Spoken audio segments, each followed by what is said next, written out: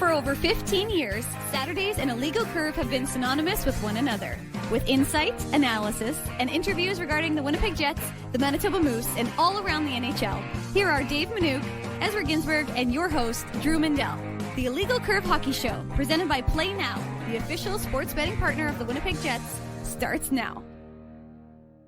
Good morning, Winnipeg. Good morning, Manitoba. For all those joining us live this morning on our YouTube channel and all of our social media platforms, we say good morning, universe, and welcome to the Illegal Curve Hockey Show with Dave Manouk, with Ezra Ginsburg. I'm your host, Drew Mindell, here for the next couple of hours, all about the Winnipeg Jets. We'll look back at the road trip that just was. We'll look ahead to the homestand, which starts tomorrow. Dan Robertson set to join us at the bottom of the hour. Marty B. Ron, our good friend, at the bottom of hour number 2. But for now, the three of us are together here to talk about the Winnipeg Jets. Gentlemen, great to see you on this Saturday morning. I hope all is well with both of you. What's up, boys? I'm loving that Clear Lake hoodie, by the way, Drew.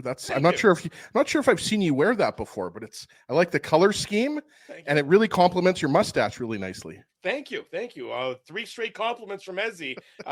Sort of a little off put by them all, considering it's that early in the morning. But I appreciate them, and I'll take them with the sincerity I'm sure that they were delivered with. Dave, people in the chat are concerned the fire behind you is frozen.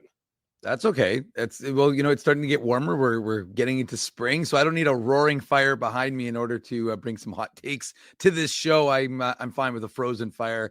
It'll go along with my frozen takes. So we'll keep it consistent here on this show, and I will not be complimenting you to stay consistent with this show and my general character. That's good. I would have been really off-put if all of a sudden I was getting compliments from both of you. Yeah. It'd You'd be worried. Troubling and unsettling and everything under the sun. The Jets, 3-game road trip. It's funny. A sign of a good team. 3-game road trip. I wouldn't say that in any of the 3 games they played particularly well. They played fine. It would be how I would describe their play for the most part. But they didn't play particularly bad either, right? No, well, in Vancouver they did, certainly. But again, I would describe the play as, not at their peak, not at their bottom, for the most part. And they come away with, of a possible 6 points, they come away with 4 of the 6, which I guess just is sort of emblematic with what the season has been all about all along. They just keep churning it around. They just keep generating points. They find ways to win. You're down 2-0 to Seattle early in that contest. Boom, you come back. Vancouver, well, that was a tire fire all around. And then in Edmonton, a game where, again, they weren't, this is an Edmonton team that ended up without McDavid and without Draisaitl in the course of that game. And the Jets, take it to overtime and they get the win there. So a successful road trip, no question, but certainly not playoff peak performances, I would say. No, absolutely. I think that's a good summation, Drew. I think, you're a little bit concerned about the power play, right? We know since the Four Nations tournament. Yeah. And I think it's worthy of some discussion because, for the entire season, the Jets have had the top power play, right? Mm-hmm. And since the Four Nations break, it's at 16%, 17%, something like that, right? So it's definitely a cause for concern. But like you said, the Jets didn't play particularly well against the Edmonton Oilers, and they come out with the 4-3 win, which is the sign, I think, of an elite team, or at the very least, a very good team.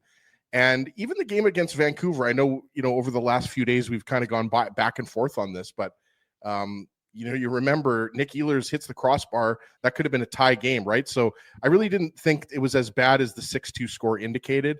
The defensive play was. That's where they had a fall off. Sure. Yes, there was a big fall off. That's not the type of typical Jets hockey that we're used to. Lots of uncharacteristic mistakes. We saw that obviously a little bit last game as well, even though they were all able to pull out the win. But I think, guys, at the end of the day, right, like you're very close to clinching a playoff spot. You're comfortably in first in the Central, which means first in the West.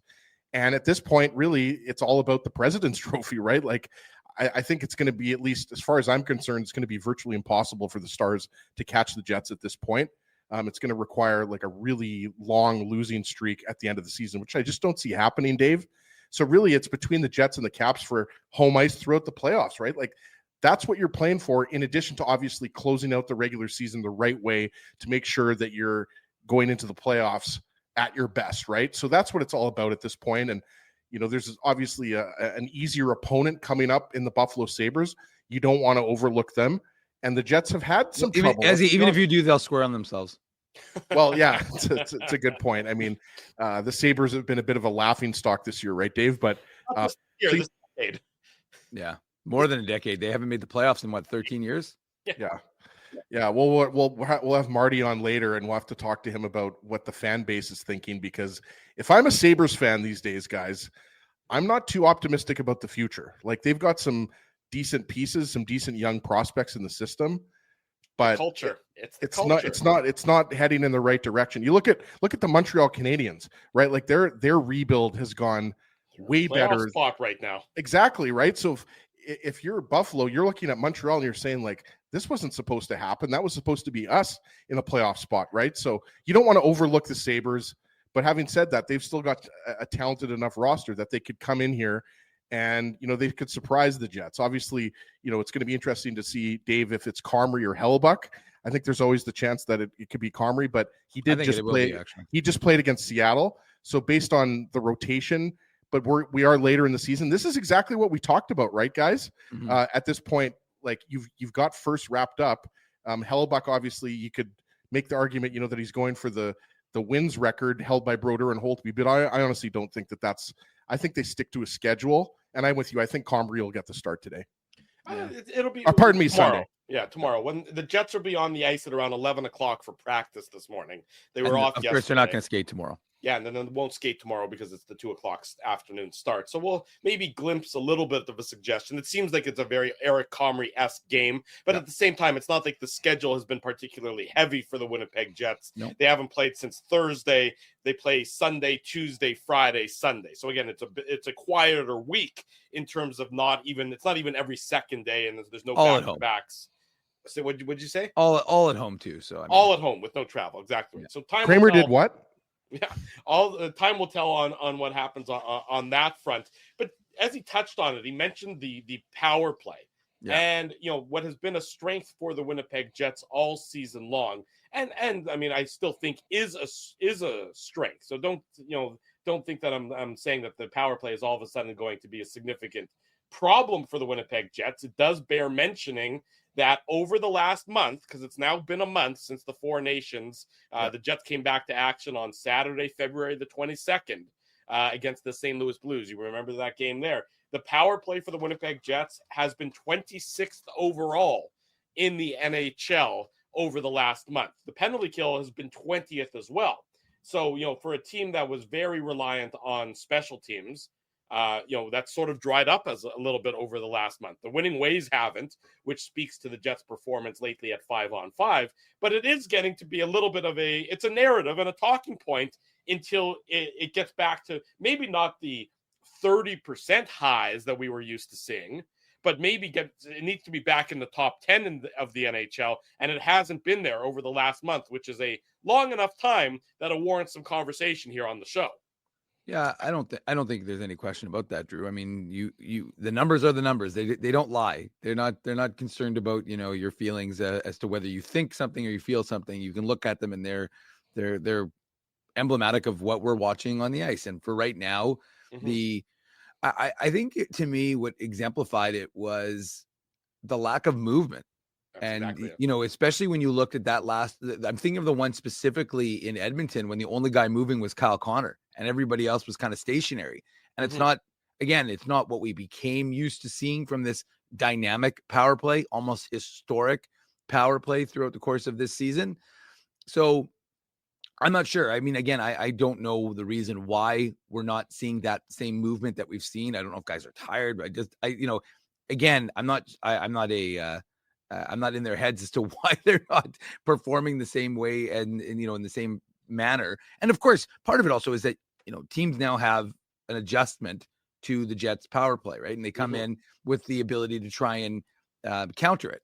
So, I mean, that is something they definitely have to factor, but you have to be able to counter their counter. That's the sign of a good team. And so from that perspective, I mean, clearly the Jets haven't done a great job in that regard because they, like you said, Drew, their power play has slipped from, I mean, we tend to look at it and it's like, okay, well, they're still the first power play in the NHL, or they're the, 15th PK in the NHL. But of course, it's because you have such a big sample size. It's hard to adjust that, in the sense that even when you have slippage, it's not going to drop it that significantly, that precipitously. But at the same time, you look at it, and like I said, I think it's as simple as a lack of movement. We might have to have the coach John Goins on, Ezzy, to really give us a breakdown as to what he's seeing with differences. But from my perspective, I just see that one against the Oilers, where the only guy seemed to be moving was Kyle Connor, and I think that to myself, that's not the way we watch this team play for the 4 months preceding it. Yeah, I think you're not seeing enough of those down low plays, right? Like I've always talked about that triangulation, right? Where you work it down low and you get a situation where the guy in the bumper is an option to shoot. And then you also have the guy that's down low near the goal line, usually Gabe Vilardi, right, who's able to kind of do those jam plays and work those nice hands in tight. And you want to create multiple threats. You want to create odd man situations, right? And I think there's been maybe a little bit too much of that kind of, cross crease passing, a little bit looking for, Kyle Connor a little bit too much, right? Like I think they've got to get back to what was making them successful. And you're absolutely right. Teams do make adjustments, and you can see teams are trying to take away those down low plays. And, there's just too many talented players on this roster. And what I was going to say is, you wonder, guys, with the way Cole, I'm not sure if Drew was going to go there, but like, do you think with the way Cole Perfetti is playing, do you think you maybe need to work him into a different scheme, right? Like on the top power play unit, right? Like if things are struggling, why not mix up the first and second power play units? Obviously, guys, like you're not taking Kyle Connor off the top power play unit. You're not taking Mark Scheifele off the top power play unit. But I don't know, like, is that something the Jets are considering?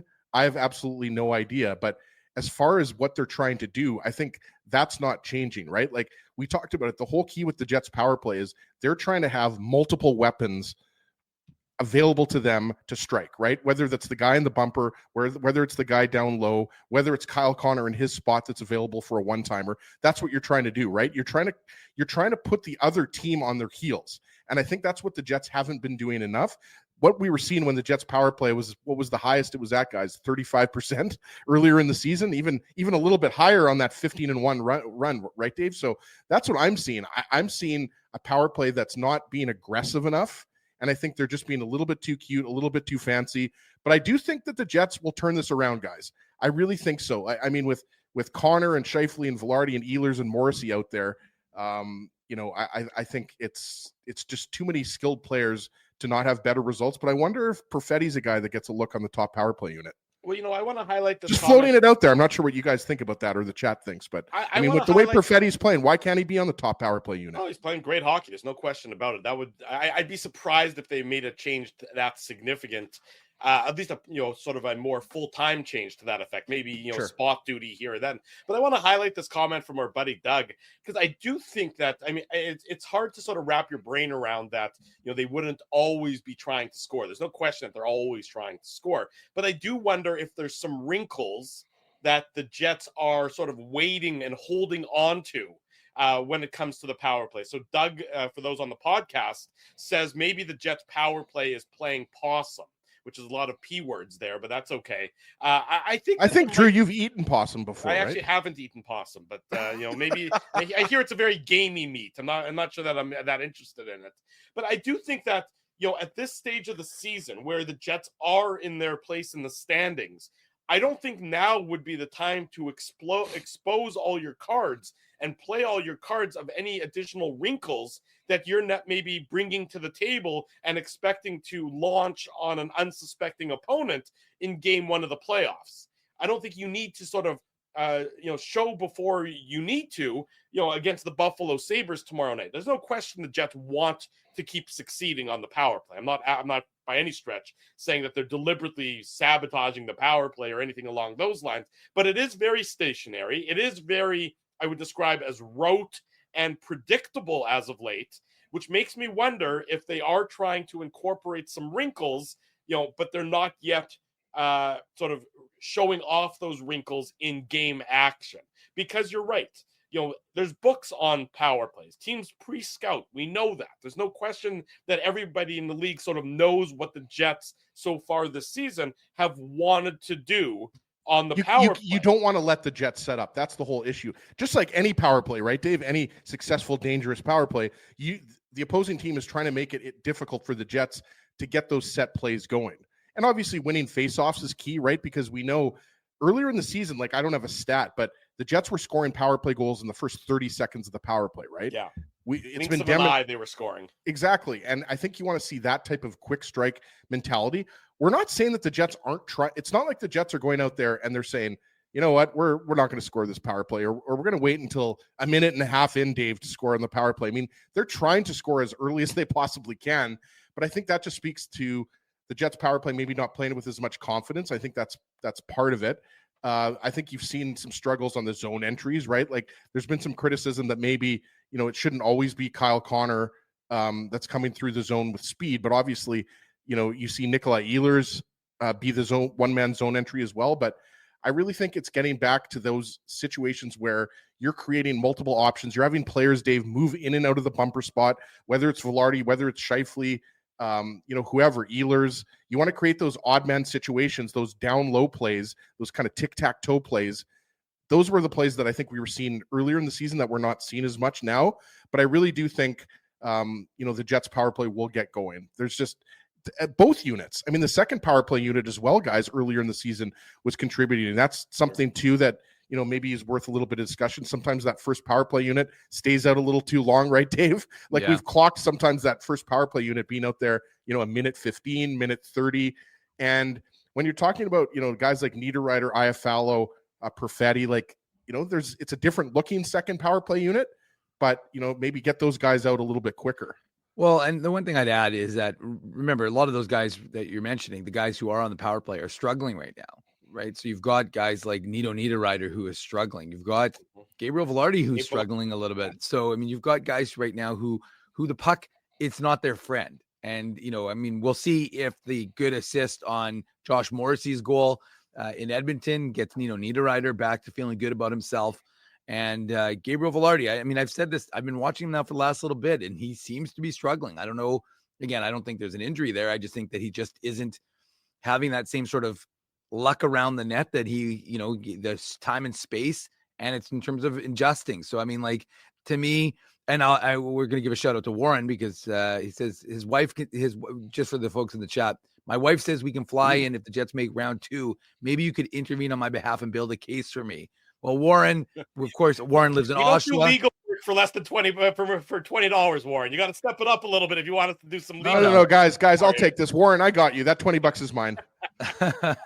We'll definitely advocate on your behalf to get you to Winnipeg. Of course, why wouldn't you want to come to Winnipeg? It's starting to warm up here, and I want to give a shout out. Yesterday, holy moly! Yesterday was just brutal. Yeah, yesterday was miserable, but the day before it was nice. It's your classic, boys. First day of spring, and it's -20 in Winnipeg. Yeah, and it just came out of that.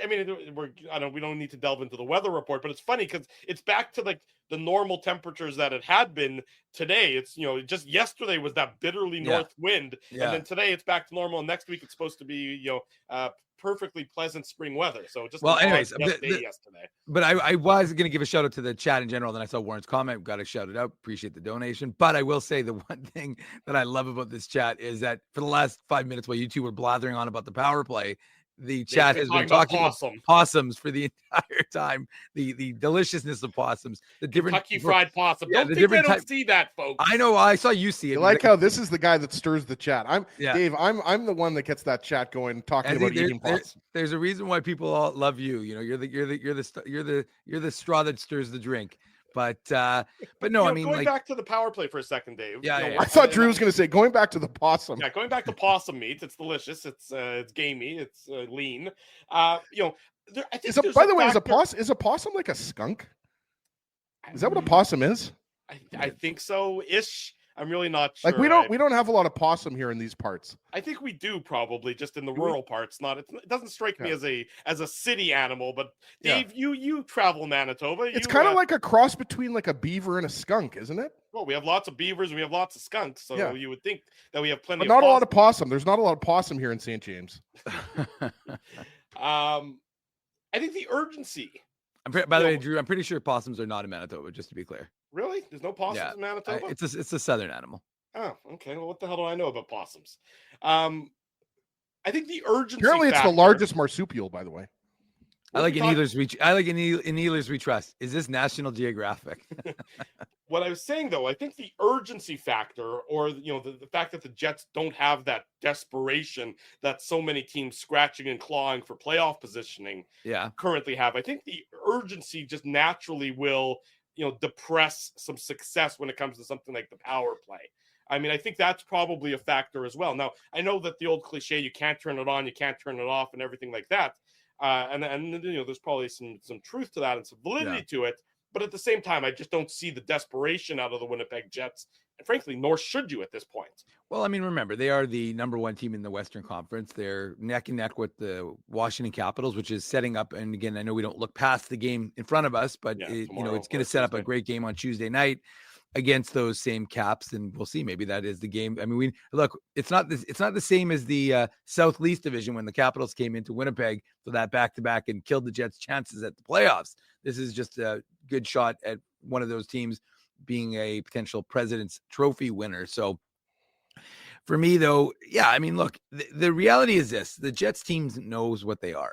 There's no question about it. They've been as again, we look at this team and there are some flaws in their game. Like if you look around the NHL, you point to me one team that isn't flawed. There isn't. Every single team has flaws. Now you obviously want to try and minimize that, right? But there are some things that the team's coaching staff is going to want to work on, and we'll see what they do. And they like you said, Drew, in about an hour and a half or 2.5 hours, no, an hour and a half, they're gonna hit the ice at Canada Life for a skate. And I suspect special teams will be something that they work on. But this is I think this is a group that isn't in cruise control, right? I think that there's that desperation to, I mean, look, they're still winning hockey games. That's the bottom line. I mean, at the end of the day, the deserve to win a meter is nice. And you can, to be able to say you win the analytics battle, that's important. But at the end of the day, in the regular season, it's about the playoffs, and in the it's about the points. And in the playoffs, it's about getting those wins to win a series. So are you doing enough? And and I know there's a question as to Connor Hellebuyck and how many more games you want to see from him. And is he starting to show cracks in his game? But he's still showing, I'm be honest with you, if you look at the numbers, even that Edmonton game, you don't like the Jeff Skinner goal. I'm not going to try and apologize for it. It's not a good goal. That's a save that Hellebuyck makes 9.9 out of 10 times. That's right. But if you look at the quality of the start for Connor Hellebuyck, based on the third period in the overtime, I mean, he still had a very good quality start for the Winnipeg Jets. So, I mean, again, I sometimes think people hit the panic button. You see a couple of bad goals against Connor Hellebuyck. I mean, folks, he is going to win the Vezina clean. And it's not because he did something for, 50 games and now for the last 30, he hasn't been Connor Hellebuyck. Yeah, I mean, yes, there are some. Connor Hellebuyck has more wins than 23 other teams. That's my point, right? Back-to-back seasons where he's gotten 40 wins So that's ridiculous. But I'm just saying that, and Drew's right. It's not too onerous a schedule that you're okay, you're there at home. They've got 4 games. He's I suspect Comrie plays tomorrow against his old team, and he hasn't played since as he said the game against Seattle, but. Well, and also, Dave, like we've said with the schedule, with Washington coming up Tuesday, and then the Devils on Friday, which are obviously 2 better teams, and Hellebuyck gets those 2 starts. So I think it makes a lot of sense, not just because, like you said, I agree with you, though, it's Comrie's old team, so maybe he gets a little bit of revenge, and it's on a lesser opponent. I don't think Comrie obviously needs any revenge against Buffalo, but I think it makes a lot of sense that number 1's going to get the start tomorrow. I would agree with you. Dan Robertson has just logged in backstage, which is our cue to go to our first commercial break. When we come back, we'll ask Dan about his knowledge about the Winnipeg Jets, as well as possums in Manitoba. So stay with us, Dan. You have about 3 minutes to go research on possums. He's got his hand in his head and he's regretting joining us to begin with. But much more of the Illegal Curve Hockey Show and Possum Talk coming up next after these commercial messages. The show presented by Play Now. Bottom of the hour. Welcome back to the Illegal Curve Hockey Show presented by Play Now. Drew Mandel, Dave Minuk, Ezra Ginsburg, Dan Robertson. Possums, talk about it. Go. Nothing about possums. I know as much about possums as I do about goaltender interference. How about that? You ever remember the Canadian game show Talk About? Oh, I do. That was the worst show I've ever seen. Well, you haven't watched our show enough, Dan. Was it Wayne Cox was the host, Drew? Oh my God! Look at that. Sounds Wayne familiar, Cox. Ezzy. I mean, I think you might be right about that. And you win, like, if you won Talk About, you won like a washer and a dryer because it was, a Canadian game show in the 80s, and that's all they could afford. It was a quality program. I'm more of a definition guy with his name Jim. Oh, that's terrible. Definition. What's the tall? Jim Perry. Do you remember that? I don't remember definition. I'm 55, so there you go. Yeah, you're okay. You got us beat by about a decade there. Yeah, there was Talk About, and then Bumper Stumpers. Bumper Stumpers was a clever game, but what was the one? What was the one where they went like this and they clapped their hat? That was Kid Street, Dave. Kid Street. There you go. Yeah, Kid Street, but that was a kids game show though. That wasn't an adult game show. Yeah, Drew, we were kids at one point. That's right. They could only clap above their head like that. Dan, we've digressed as per usual here on the program, and I'm not sure if you're familiar with us. I have to say though, I'm just looking at Dan right now, and he's like, "What did I get myself into here?" I shaved for this. Yeah, you shouldn't have shaved for that. I mean, but what is I was going to say, they're possums in North America, but they're opossums, I guess, in Australia, which brings us to the line of the week is when on St. Patrick's Day, you called Kevin Sawyer, Kevin O'Sawyer. We thought Dave especially was really enjoying that one. I chuckled. I liked how you slipped it in, Dan. I'm glad somebody got it. So Connor scores and he's like, diddly dee, because I said diddly dee. So then I had to throw that in. Sometimes you talk about digress. That happens from time to time with us, but it's a long season, so I hope people forgive us for that. Now, the levity that you bring to the broadcast is, of course, very entertaining. Road trip complete, 2 wins out of the 3. You can't complain about that. The performance on the ice wasn't their peak performance. Vancouver obviously was a poor performance defensively. We spent some time this morning also talking about the power play and the struggles of that over the last month. I guess generally speaking, we're sitting here. We know where the Jets are in the standings. We know that we're down to the last, handful, maybe 2 handfuls of games before playoff time. What's priority for the Winnipeg Jets? Obviously maintaining their position atop the Central Division, atop the Western Conference, winning the President's Trophy. But from the on-ice perspective, what do you think priority is for this team? I think more of the same. Just to go back a minute, it's funny. They're at a point, and they've been at a point all year where so they win the opening game in Seattle on the road trip, then they lose in Vancouver, then there's questions, and you think, wow, they didn't play a good game. They win the road trip. They beat Edmonton in overtime. So you look back at it, they take 2 of 3. So they've set the bar so high, I think, for everybody who pays attention to them, that if they get a little bit slower in the power play, or whatever aspect of their game falters a little bit, I think we can and should give them some slack. And maybe that goes for Hellebuck too, who I didn't think had his best 2 games on the road, but in the end, it doesn't really matter. What matters, as we know, is how they're playing when they get to the playoffs. So I think, we mentioned the power play, and I spoke with Nikolai Ehlers in one of the intermissions, and which I always like doing because he's very frank. And as interviewers, when you ask someone a question, usually they answer you right away. And Nikolai will take 2 or 3 seconds, and then you're thinking, it feels like a minute and a half, and you're thinking, did I ask the wrong thing? But he said we need to keep it simple, and I'm paraphrasing, and to be a little more direct on the power play. So I think that's one thing that they want to do, and to get it back to close to where it was. And it's not been falling down that long, but I think just to what they've done all year, and I know this is an easy answer, but believe in themselves, which has helped them come back, stay in their structure, and just kind of cross their fingers, I guess, that everybody is healthy. And I'll steal this from Kevin. When they made a couple of changes, of course, they flip-flopped Barron and Lowry as far as the line combos go. And Kevin's right. He said, this is a good time to do that because things can go astray quickly in the playoffs. And you might want to, maybe you're down in a series or you're down in a game and you want to spark.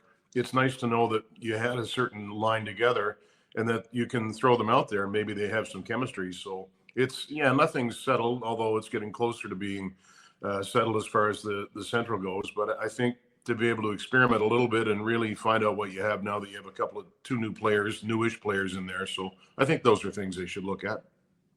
Dan, I know you and Kevin and others on the broadcast have talked a lot about Cole Perfetti, and rightly so. And I need to go there first because his struggles were well documented earlier in the season. Picked up another goal against Edmonton. Like, it just looks like it's almost like a different player, right? Like, to me, and it's just so nice to see. You love to see the chemistry between him and Samberg, obviously former roommates. But what has kind of stood out to you between the kind of two versions of Perfetti that we've seen this year, right? The Perfetti that was struggling to put the puck in the net to the Perfetti now who looks like one of the most dangerous Jets players on any given night.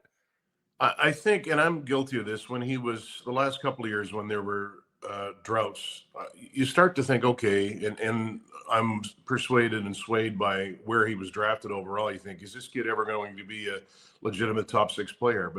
And I should know better, being around the game this long, that it takes different players and different people time, different lengths of time to mature if they're going to do it. And he is doing it. I mean, you can see that he's willing now, more willing to go to the front of the net, to go to the corners. And I think he's gotten a little more direct too, where he's cut down on the sort of fancy low percentage passes, which maybe Nikolai Ehlers has done over the course of time too. So I think those things are prominent regarding what he's done. And I'm kind of chuckling because I asked Ehlers the other night, I said, why has Perfetti gotten better? And he smiled. He said, well, I think you have to look at his line mates first.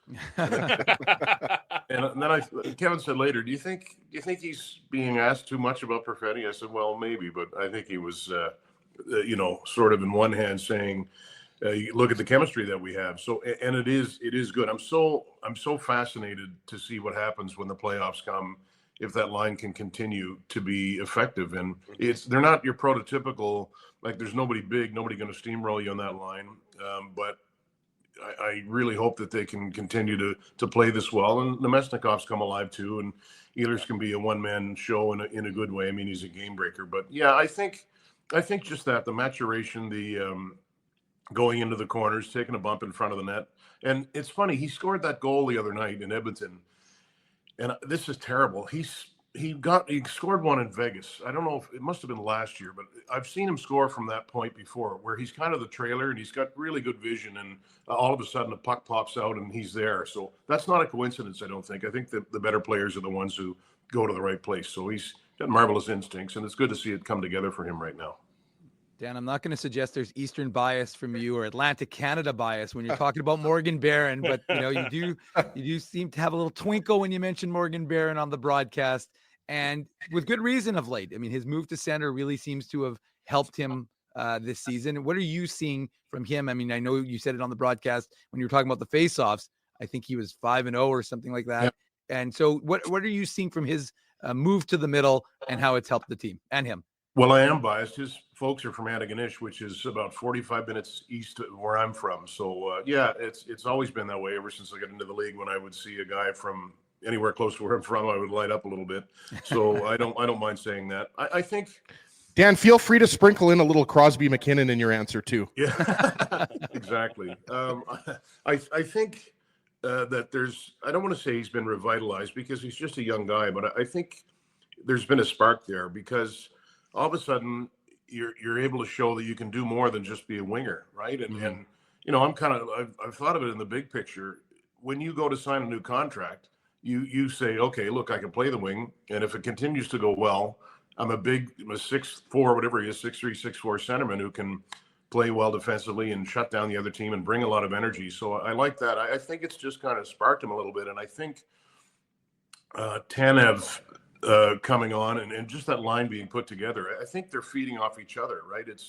I'm sure that if you're a line mate of Brandon Tanev, you think, okay, this guy's going to fly around like this. It's going to give me a kick in the pants too to do the same thing. So, but Morgan's an interesting guy to me, an interesting case. I mean, I don't know how much offense there is there, what kind of a ceiling there is. Maybe it shouldn't matter, but there's times when you see him get up ice and he's got some runway to get the legs really moving. He's hard to get the puck from. I think he's good at cutting off the left wing and using his size and his strength and that sort of thing. So I I really like what I've seen from the three of them, but to me, that's it. And I haven't talked with them about this, but there's probably an element of a new challenge, which, you know what, we can all use at our workplace from time to time, no matter what we do. So I like what I've seen. Dan Robertson, our guest Saturday morning, the Illegal Curve Hockey Show. It's presented by our friends at Play Now. From a player who's been excelling as of late in Morgan Barron to one who's been struggling in Nino Niederreiter. You know, he obviously gets the assist on the Morrissey goal, which might help. You know, in Vancouver, he came very close to tying the game before Vancouver transitioned the puck up the ice and scored their own goal.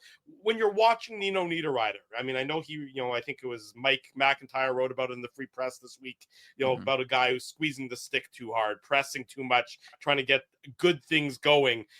He's not, but he's a guy who's also been pretty streaky throughout his career, where these lulls aren't unusual for him. What are you seeing when you're watching Nino Niederreiter as of late, especially in the midst of these struggles? Well, first of all, Drew, I find it fascinating that certain players are like Nino in that regard. I got to thinking last year, and I think it was actually Mitchell Clinton who said it on the bus. He said, I remember him having a bit of a down streak last year, and I looked, and his last 14 games before the last game of the year, he hadn't scored a goal. So, and Nino's not necessarily about that. I mean, at the best, he's good for 20, as we know. Excuse me, but I don't know. I wonder, maybe I shouldn't think this. Is he half a second late getting where he needs to be? Maybe that's part of it. I think, he's one of the older guys on the team. I think he's 32. It doesn't matter if you're 22 or 32. When it's not happening offensively, you do squeeze the stick. So maybe there's part of that. I think the simplicity of his game, though, can help him get out of that. They don't need him to score. We know that, but to chip in once in a while would help. But just do your work in the corners, get to the front of the net, and he's going to get one. And I know that he felt good about the assist on Morrissey's goal, and I kind of chickened out. We had him on the intermission after he set up Josh, and I wanted to say, look, why haven't you scored lately, basically? But I thought, I don't really want to do that. I really like Nino too, which I probably should have asked, but I think he's a big man. I don't blame you for discretion's the better side of valor there. Well, honestly, he just lives a couple of floors down, so I don't want to mess with him. Actually, floor up. But you just see him tunnel through the floor and just drop next to you right now. That's right. Yeah, I should look over my shoulder. But I think that's it. I don't know if maybe there's a little bit of doubt in his game, and that's what's happening right now. But I think overall, the same thing was kind of going on and has been going on with Appleton, who we don't expect a lot of goals out of. And Kevin mentioned this, I thought he had a better game on Edmonton. So in Edmonton. So the fact that Arniel switched them up maybe gave them all a kick. Not so much Lowry, because he's Lowry. He's always the same. But yeah, just I hope Nino can keep it simple. And maybe if he gets one, he'll get 3 or 4 over the next until the end of the regular season. Dan, I wanted to ask you about Luke Schenn, because obviously we talked about Brandon Tanev earlier.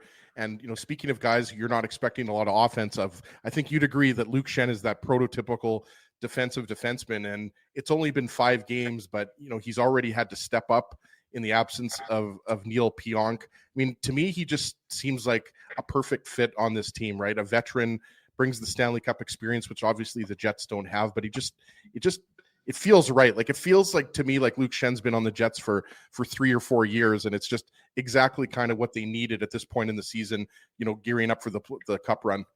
Yeah. I'd like to get all your opinions on this. When his name was being thrown around before he came, I thought, okay, there's somebody who would fit, right? I mean, it's because he's not, I don't want to say this the wrong way. He's not a dynamic guy. So you don't worry about him upsetting the apple cart. He doesn't need power play minutes.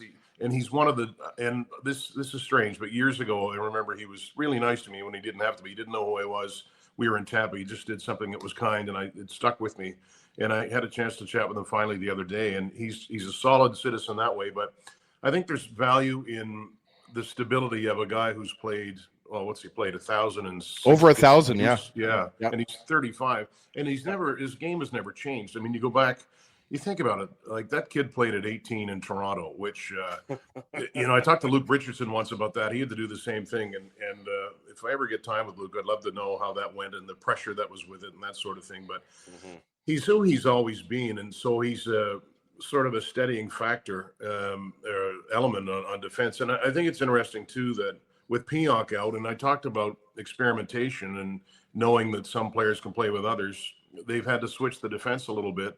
So it's shown that he knows how to play the game, right? So it's when he steamrolls people, I like when he does that at home, because the fans always appreciate that sort of thing. So he's already knocked one guy out for the season, Dan. Yeah. Arthur Kaliev is out for the year. Obviously, you don't want to see that, but it just shows you how dangerous of a physical specimen he is. Yeah, and I think maybe the value of a guy like that goes up in the playoffs come and things get a little nastier in front of the net. So look, prices were high during the trade period, and you have to pay what the market says you have to pay, but I think they had to do it, and it's that's right, Kaliev. He hadn't played for like 3 weeks. He gets back in, and then now he's out for good. So that's Luke is huge. Like, I didn't realize until I got up close to him. I'd forgotten how big he is. I mean, that's a man right there. He's a big dude.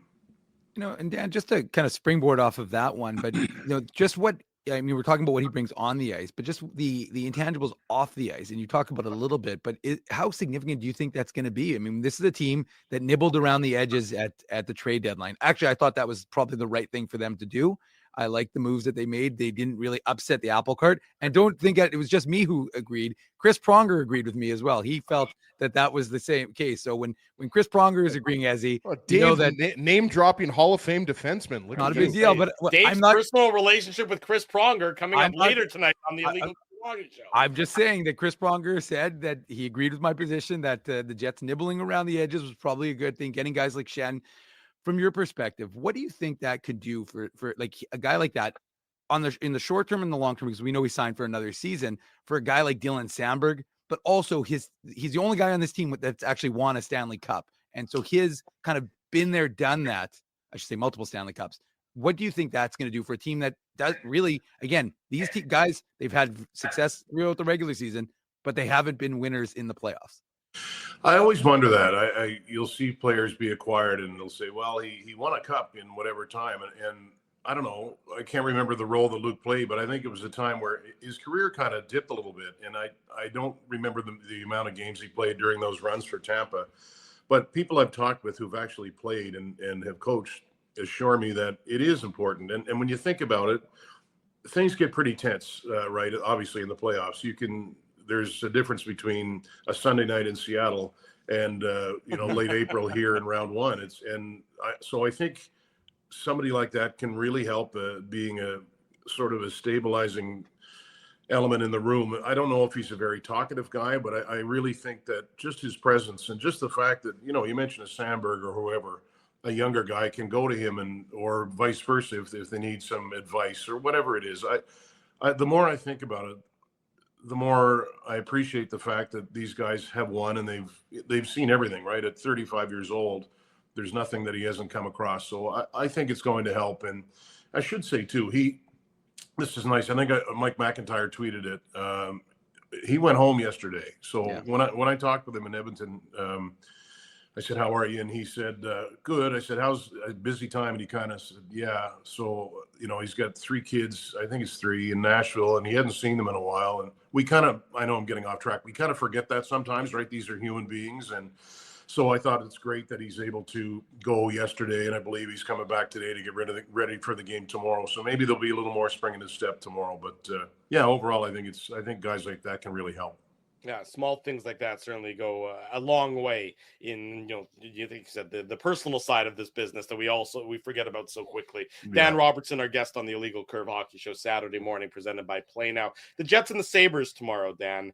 I guess Connor Hellebuyck, has had got 2 more wins. He's now got more wins than, it seems like half the league, personally. Are you expecting that it's going to be Hellebuyck tomorrow again, or do you think that's sort of earmarks for a Comrie afternoon?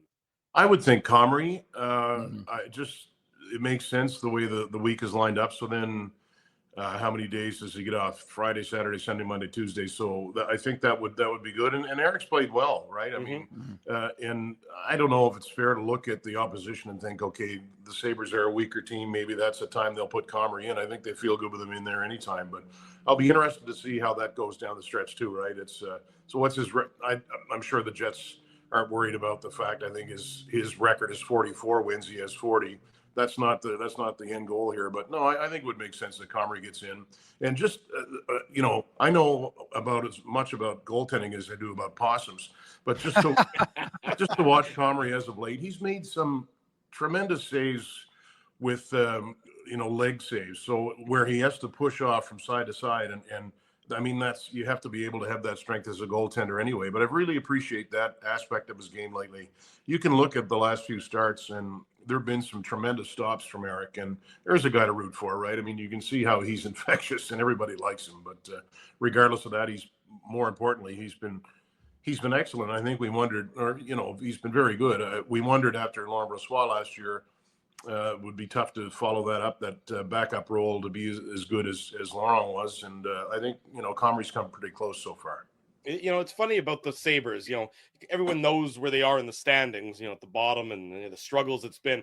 5-on-5, they can score. They have the sixth most goals 5-on-5 in the NHL, and that's sort of been something that they've been very adept at over the last number of years. Now do the defense, Drew. Well, that's the problem, of course, is the defense. I mean, there's no question about it, but it is sort of funny that that's a team that can still put the puck in the net at 5-on-5. You would expect better results, except for the fact that they have no defensive structure or identity whatsoever.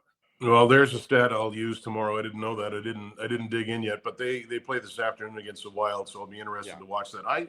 I feel for their fan base, man. Like those, you go there and it's, you can almost feel it. It's just the life's been sucked out of them for so long. And Dan Dunleavy, who's a terrific play-by-play guy, I always get a chance to chat with him, and it's tough. And you see, this isn't news. You see these guys who were Sabres and go elsewhere, and almost look at Dylan Cousins already. Oh yeah. So that was even that. With all due respect to Josh Norris, that was an odd trade because he's had so much injury trouble. Just that alone. So I hope they can get back in the playoffs at some point. But it's my gosh, what a drought it's been in Buffalo. Dan, just sticking in the Eastern Conference, obviously getting away from the Jets, if you're okay with it, sure. I would love to get your opinion on the team you used to cover, because the Montreal Canadiens, boy, oh boy, are they on a run here in a playoff spot, a couple of points up on the New York Islanders. Obviously, there's some other teams in there, the Rangers, the Blue Jackets. I don't know if the Detroit Red Wings were still sane or in there, but it's a logjam in that Eastern Conference playoff race. But kind of obviously your focus is here on the Jets and Winnipeg, but how much have you kind of been following the Habs and their run? Because I think you'd agree, like, nobody really saw this coming. Most people thought they'd be better, but I mean, it would just be incredible if they were able to make the playoffs this year. It would, and I follow them closely because I have a lot of friends who still work at TSN 690. So I listen a lot just because they're my buddies, and so I guess by osmosis, I kind of follow the Canadiens and called a couple of their games this year when the Jets didn't have any after Christmas and they needed me to go and do that. So there's a lot of excitement there right now. Like that market is crazy, and I didn't expect it. But one thing that happened apparently is Nick Suzuki went to Jeff Gordon and said, don't trade, David Savard or Yoel Armia or Christian Dvorak. Let's just see what we can do. And he kind of made a plea to him. And so they're right in the middle of it, and they got a point. And it's funny, I was listening to the guys the other day. They said, did we win that point against the Islanders or did we lose it? They lost in overtime. But it's good for hockey, I think, when they're relevant. But it's, you know what? There's a lot of teams logjam there, as you say. I don't know how many of them are top quality. The NHL is getting what it wants, I think, with parity. But when you look on that side, it's pretty cool, right? It could go anywhere. And boy, the Rangers have been disappointing as I think about it that you said them. But some of those guys are quietly coming around.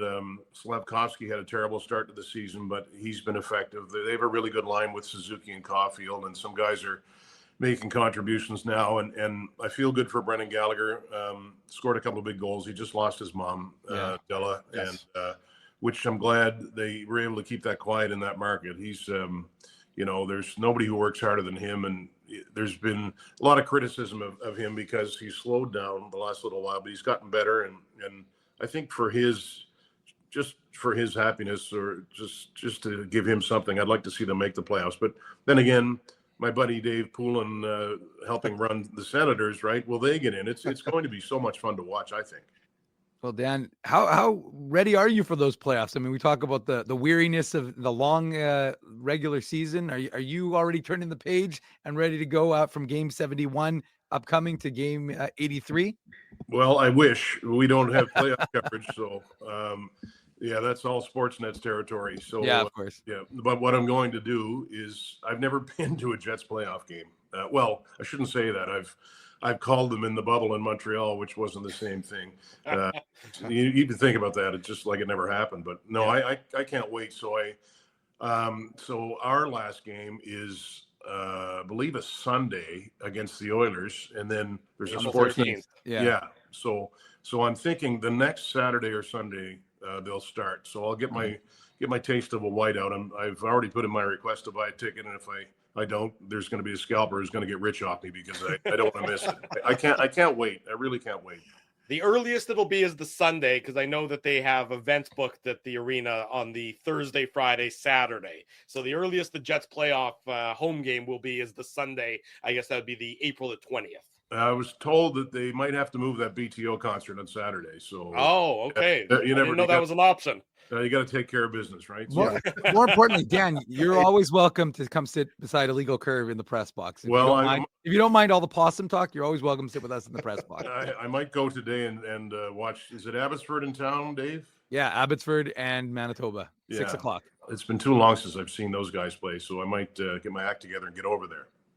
There you go. Right. Very reasonable thing to do on a Saturday. We'll let you go on this last one, Dan. I mean, we've been having this discussion, this back and forth. You mentioned, how, the flip side of the coin, if, as opposed to all the success the Jets are having, is being like a team like the Buffalo Sabres. How much, stock, how much pride do you think that the organization would put in, or would accept if they ended up winning the President's Trophy? Do you think it matters to the players? Do you think it matters to the organization? We know that the Stanley Cup is what matters the most. But do you put stock in winning the President's Trophy? That's a great question. Obviously, statistically, you do, or just the fact that you have home ice as far as you go. Mm-hmm. But in and of itself, I don't know. I'm going to start to ask the guys that. Maybe you can too, Dave. We'll figure it out. We'll get a poll, and obviously, they're going to say, "Well, yeah, if they do it, we feel great, but our goal is to win the Stanley Cup." But you can't discount it where they are. I mean, we talk about the length of the season and just the way the games are stacked up because of the four nations and the consistency. It's incredible. And I've said this to Kevin on broadcast and off the air. I think when you're in the middle of something that's pretty special, sometimes you don't appreciate it. So like lots of times, and for good reason, I'll hear, well, back in 2017-18, and people will talk glowingly about the Jets season that year, as they should, but maybe we're in the middle of something like that right now. So, there's a smell the roses kind of thing that I hope the guys are doing. And I hope they appreciate that the stuff that we pick at is nitpicking, because there's not a lot of negatives, really. It's funny. The other night in the pregame show, I interviewed Scott Arniel, and he laughed when I asked him, because I talked about the switch up of the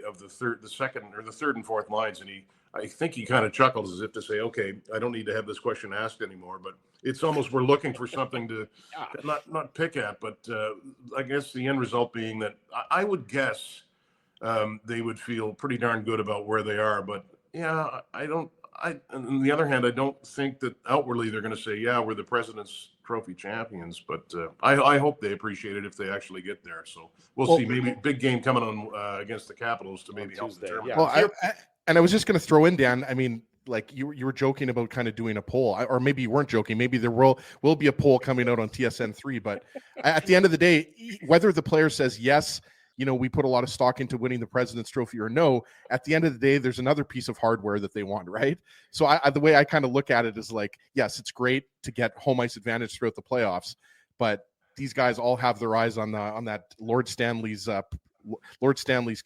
So it's kind of like a, there's no right or wrong answer, right? Yeah. And I guess the ultimate thing is for them to ramp up and to be, when game one of the playoffs comes around, to be healthy and to be kind of get everything going, the penalty kill, everything, which is easier said than done. So, but it's, and I asked this too, if I asked Craig and Kevin on air the other night, are these the dog days? Like, is it tough to get up for games when it's game 71 and you're not, they're not life and death they're going to make the playoffs. We know that, right? So it's just such a long year, and there's so many different stages of it, but it's exciting, man. I can't wait. I think we have like 7 broadcasts left out of the however many games they have left. So 12. Yeah. I'm not great at math, that and possum knowledge. So yeah, it's going to be fun. It will be. Dan Robertson will be on the call tomorrow afternoon. The Jets and the Sabres. You can tune in on TSN 3 to hear what Dan and Kevin have to say about the Jets and possums and anything else that these two comedians bring to the table. Dan, thank you. Appreciate your time this morning. Always great to catch up with you. Yeah, always great to watch and listen to you guys. Thank you so much. Thank you, Dan. There he goes, Dan Robertson, joining us this morning on the Illegal Curve Hockey Show. Always great to catch up with Dan. Hour number 2 up next here on the program. Marty B. Ron at the bottom of the hour. We'll talk to Marty about the Sabres. That's the team he covers, as well as look around the entire NHL. And, of course, plenty of Jets talk as well with our good friend Marty. So stay with us for that. Drew Mandel, Dave Minuk, Ezra Ginsburg. The Illegal Curve Hockey Show is presented by Play Now, and it rolls on this Saturday morning. We want to thank you for not betting with Play Now and choosing our illegal gambling sites instead. Because we couldn't afford things like this without your money. So much of your money. Now you might have questions like, do our profits benefit your community? No. Or bet with Play Now, Manitoba's local legal and secure gambling site. Dining, entertainment, parking, and convenience, all in one spot. City Place is located in the heart of downtown Winnipeg, attached to the Canada Life Center. Whether you're working, living, or out for a night in the downtown, make City Place your go-to destination before or after the fun finds you. Lunchtime, game time, anytime, visit City Place at 333 St. Mary Avenue, next to Canada Life Center. Holt Dental, the new official dentist of Illegal Curve, has a philosophy rooted in 2 unyielding principles: genuinely caring about patients and providing outstanding service. Being a patient of Holt Dental means more than just checkups and treatments. It's taking the time to listen and talk to each patient so they can achieve the best long-term health, functionality, and aesthetics for their teeth, mouth, and gums. Conveniently located at Grant Park Festival on Taylor Avenue, Holt Dental is dentistry of the highest quality in a comfortable and relaxed environment. For more information, visit holtdental.ca. Oh, and there's plenty of free parking at the front door, too. Celebrating its 40th year as Winnipeg's home for stand-up comedy, Rumors Restaurant and Comedy Club has recently been named Canada's top comedy club and a top 5 comedy club in North America. From birthday parties to date nights to fundraisers and everything in between, Rumors is your destination for the best and most affordable live entertainment Winnipeg has to offer. For more information on upcoming shows, Rumors' incredible promotions, and to purchase tickets, visit rumorscomedyclub.com. At Boston Pizza, a fast lunch doesn't have to mean fast food. Now you can get a $15 lunch served in just 20 minutes, including your choice of a main, side, and drink. That's right, lunch for $15 at your local Boston Pizza. Saturday morning. Welcome back to the Illegal Curve Hockey Show. Drew Mandel, Dave Minuk, Ezra Ginsburg with you. Always great to catch up with our good friend Dan Robertson. The show presented by our friends at Play Now. Learn to bet with Play Now, the official betting partner of the Winnipeg Jets. Sign up and get up to $250 in bonus bets. Conditions apply. 18+. Enjoy responsibly. Tomorrow afternoon, the Jets and the Buffalo Sabres. Means post-game show. The game ends at about 4:40, so post-game show right around there. 2 o'clock puck drop. We'll be back with the Illegal Curve post-game show. This is sort of the appetizer, the calm before the storm. The headline game of the week, of course, is the Jets and the Washington Capitals. I noticed already completely sold out for Tuesday night. Unless you go on the resale market, there are no tickets available, which is great to see everybody showing up, which for a great clash between the first and the second place teams in the NHL. The Washington Capitals, they have 100 points. The Winnipeg Jets, they have 100 points. The Caps with a game in hand on the Winnipeg Jets. So Drew, what are the odds that Alex Ovechkin scores 7 goals before Tuesday's game? Yeah. So he would need to score. I think they play today. The Capitals do, if I'm not mistaken. They do. Who do they play today? I don't think he's going to get it there, as he's on 888s right now. Yeah. 888. 888. Yeah, exactly right. Yeah. The Capitals play tonight, or I saw it somewhere here. I just don't know where it went. Florida, yes, there it is. 4:00 this afternoon. Courtesy of Frosty, not courtesy of me. Okay, the Panthers are at the Capitals this afternoon. I was Googling, but again, my sausage fingers, sometimes they get in each other's way. And it's because you're actually holding sausage while you're trying to Google. It's a real problem there sometimes. You might want to put those down. Love my morning sausage, Drew. Of course, on the road trip, but tomorrow against the Sabres. The Sabres will be on the second half of a back-to-back. They play this afternoon in Minnesota, then they'll travel here. So it's not like they'll get here late or anything, but it's the second half of a back-to-back. The Jets need to, I think, what I'm going to keep an eye on in particular is just try and get that defensive structure back. The defensive structure, which maybe got a little loose, particularly in Vancouver, maybe a little loose at times against the Edmonton Oilers. You need to keep that structure. As we talked about with Dan just a couple minutes ago, the Sabres are a team that can score. Yep. So we know that they can score. They have the offensive power to score, particularly at 5-on-5. It's that they do so while playing a track meet style of game. Shades of the Winnipeg Jets of old, to be perfectly honest, in how they have very little structure. So a team like the Jets that needs to rely on its structure, or that has emphasized its structure for so much of the last few years, needs to maintain that structure. And I think that's going to be a key to success tomorrow afternoon against the Buffalo Sabres. Absolutely. We've talked about it on the post-game shows. There's been way too many uncharacteristic, unforced errors from the Jets that have led directly to goals, right, Dave? And I think even though Buffalo has, some big offensive weapons like Tage Thompson and JJ Peterka and obviously Rasmus Dahlin from the back end, Alex Tuch is a guy that's having a very underrated season. We were talking about him prior to the deadline. I was hoping maybe the Jets could pry Tuch out of Buffalo. Obviously, Buffalo guys didn't decide to go full sell mode, by the way. And that's one of the things I want to ask Marty Biron about because, obviously Buffalo, it's not like they had any playoff hopes. They were way out of it. So I'm actually like a little bit surprised. Obviously, this isn't a trade deadline show, guys, but I was a little bit surprised that they didn't move more assets. Like, remember Jason Zucker? Dave was another guy whose name was out there. They re-signed him instead. Yeah. So I was a little bit surprised by that. Like, you're re-signing a guy who's kind of a middling player. I mean, you have to, granted, you do have to have, solid veteran players to surround some of your younger players like Jack Quinn, right? But it's definitely a very flawed team. They haven't had good goaltending this year. That's been an issue, going forward a while now. Like Ukko-Pekka Luukkonen, Devin Levi has been the kind of heir apparent there. But he hasn't really been there for a while now. Yeah, and I believe Devin Levi is injured right now, if I'm not mistaken. He hasn't played. Just checking, he hasn't played since end of January. So I believe Devin Levi is injured. But the reality is, this just isn't a very good defensive team, guys. It's not very deep. Mm-hmm. Josh Norris, I find that trade kind of like a lateral trade, Dave. Like I don't really see like Dylan Cousins. Like, what's his ceiling is kind of like a 2C. He's obviously playing well in Ottawa, right? Mm-hmm. But I don't really know. I don't think that makes your team worse or better.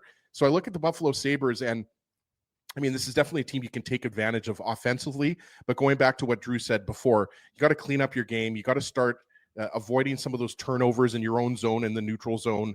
And you want to get back to more of a complete game, because I think you guys would agree. Edmonton, it was kind of a good period here, good period, bad period there. It wasn't a complete game. And also the guys, I think this is a game, especially going into that big tilt against Washington, Dave, it'd be nice if you could pop in at least one power play goal against the Sabres. Yeah, I mean, like we've talked about, this is an opportunity for you to get your game a little bit back on track and a little more consistent and remove, as you just said, Ezzy, some of those uncharacteristic errors. I mean, the Hayden Fleury pass, which led to the first Oilers goal, the Luke Schenn pass, which led to the third Oilers goals. Those are uncharacteristic mistakes. Generally speaking, Hayden Fleury's error wouldn't come back to haunt the Jets, but Jeff Skinner beats Connor Hellebuck with a shot that is unexpected, from him to be able to get beat by that, that clean from that far away. So I just think that there's an opportunity for the Jets to kind of, as he says, to refine their game, beat up on the Sabres if you can. The Sabres haven't been a good road team. I think they're 10-20-3 away from Buffalo. They've actually got a winning record at home. I was going to say, Dave, they haven't been a good home team either. Well, but they're at least 17-14-3 at home, but they're 10-20-3 on the road. They're 3-6-1 in their last 10 games. Their goal differential actually isn't abysmal. Given some of the teams we've seen that are the bottom feeders, like for example, in the West, San Jose's goal differential -79, Chicago's -61, even Nashville's -49. So the -26 of the Sabres looks rather elite coming from a bottom team when you look at the three in the West. And there are teams in the East that have a lot worse goal differentials than the Sabres. But again, this is a team that has scored more than some of the other bottom feeders, and they haven't given up quite as many goals as the others. And look, I can't imagine. I mean, I feel like every year we talk to Marty and we get him on the show, and we're like, they've got all these prospects in Rochester, and there's all this excitement. And okay, this is going to be finally the year that this Buffalo team takes and look, this isn't Sabres lunch, but I just think that it's got to be just an awful feeling for fans in Buffalo to every year after year being like, okay, finally, Jets fans are triggered at the playoffs, and they expect the playoffs, and they, right now they're expecting, early exits from the playoffs, but they're at least the minimum expectation is playoffs. And then, of course, now this year and last year, there are higher expectations, but in Buffalo, it's unfortunate. And again, like I said, I don't think you take them lightly, because on any given night, we've seen it, right? And we tend to focus, and Jets fans tend to focus on this market, but like bad teams beat good teams all the time, right? Vegas is losing to bad teams. Like, it's not as if just this is the point in the show, Dave. I'll remind everybody that the Jets have lost 2 games to the Anaheim Ducks. And I do think the Anaheim Ducks are an up and coming team, but I'm just saying, like, the Jets have lost some games that they should have won this year. You can always lose. You can never take your opponent for granted. And once you do that, that's where it's going to bite you. Right. I'm just talking about from the, again, you had this 3-game road trip that was successful in terms of the standings. 2 wins, 1 loss. That's successful. No problem about that. I just think you want to use this as an opportunity to not fall into bad habits. That's where I think your concern might be a little bit over the course of the rest of the season is that, and I don't expect this to be a problem for this Jets team. I'll be honest. They've been so diligent and so determined and so disciplined all season long that I'd be surprised to see them lose all of that over the course of the next 12 games. But you just want to make sure that those bad habits are one-offs. They don't become, more consistent. So again, against a team like Buffalo, it's not an easy game to play. They're a lower team in the standings, but when you play these teams with no structure and have zero dams to give because they're so bad, they can go out there and play freewheeling hockey. Exactly. From the Jets' perspective, you have to maintain, no, this is what we need to do. And once we do this, they should wilt, because they're not going to be able to, they're not going to have any interest in playing our game. We just make sure we can't start playing their game. That's where they could maybe find some success, Dave. I'll just finish my thought. And to be honest with you, as a continuation of what you're asking, Drew, and I just think it's that idea of returning to what has made the Jets successful, that's what they need to do. And it's not, regardless of opponent, regardless of whether they're playing a Buffalo Sabres team on Sunday or a Washington Capitals team on Tuesday. One of the hallmarks of this Jets team has been to not change their game, to play a consistent style, a consistent brand, one that you could say, okay, that's what we have come to expect from the Winnipeg Jets. And so like the game against Dallas, like it's almost like when there's more of a boring style of play, that's when the Jets are at their best, right, Dave? Like I think you'd agree in that Dallas game. Smothering is how the Jets play. Exactly. Like we've talked about it, like the killer bees type of hockey where you get an early lead, right?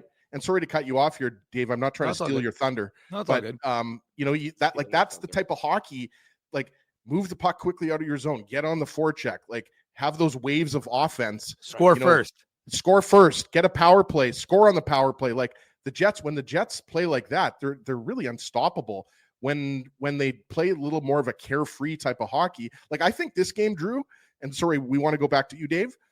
But I think this game is going to look a lot more like the Seattle game, because the Seattle Kraken were obviously are out of a playoff spot and have no chance of making the playoffs.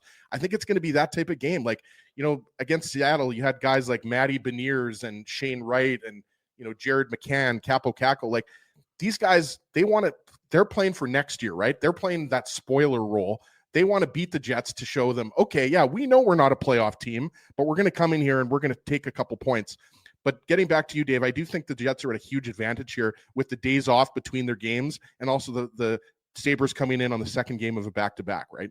Yeah, absolutely. And that's why you have to you're right, you have to take it to them early and you have to gain control of that hockey game and then impose your will and then play your game consistently. And you're not going to play it for a 60-minute game because nobody does in the NHL. But, and Dan Robertson made this point and I agree with him, the NHL's quest for parity has allowed, there's no teams that are flawless. There just aren't.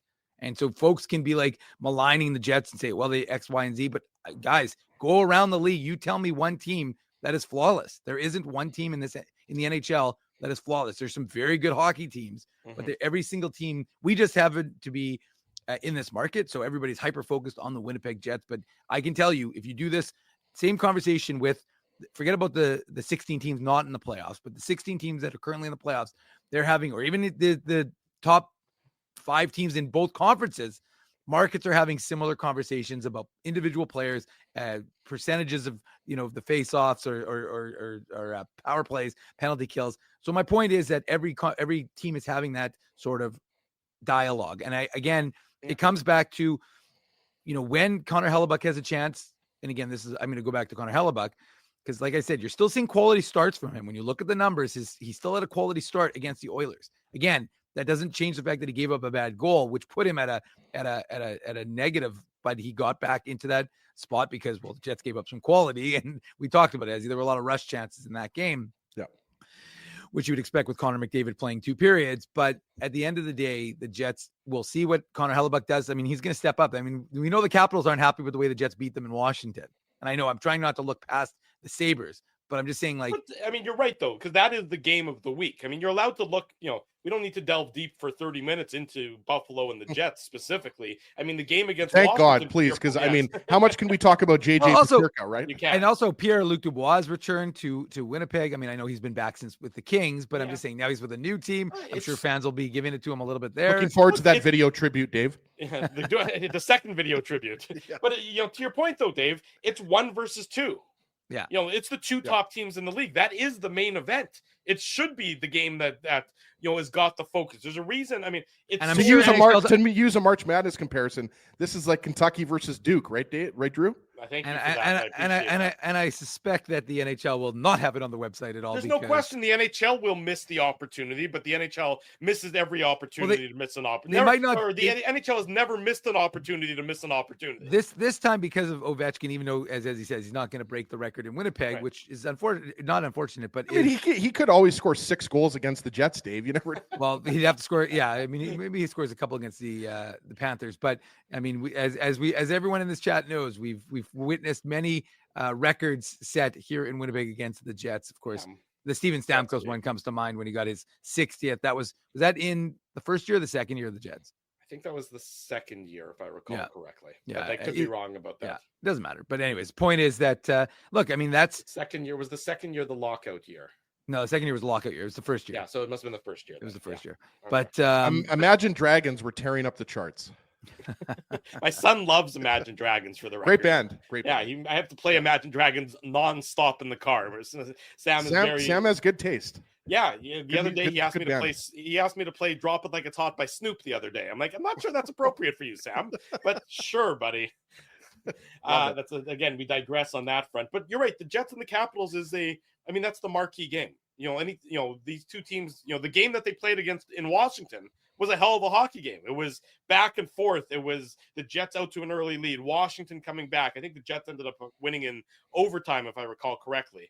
That was a Josh Morrissey goal. Right. I mean, tap. That's right. That was a hell of a hockey game. I mean, you want to see something similar on Tuesday night because it's the could be the Stanley Cup final. I don't believe it will be. Something about Washington has the best shooting percentage of any team in the NHL, I think, in the last it's almost like decades. So their shooting percentage is so high that you expect at some point in time it's going to come down to earth. But at the same time, don't take anything away from them the way they've been able to perform all season long. So people in Winnipeg will get an opportunity to see that, and the Jets will see it, and they know that's at stake. They know that this is none of these games are measuring stick games anymore because you've been measured and you've passed with flying colors. It just should be a damn good hockey game between two damn good hockey teams. As just quickly, I was just going to interject. It's why when they were trying to say there was a narrative that the Oilers were mad that the Jets spanked them on opening night, I'm like, I don't think these teams can remember what happened 2 games before. You're telling me they remember something that happened 69 games ago?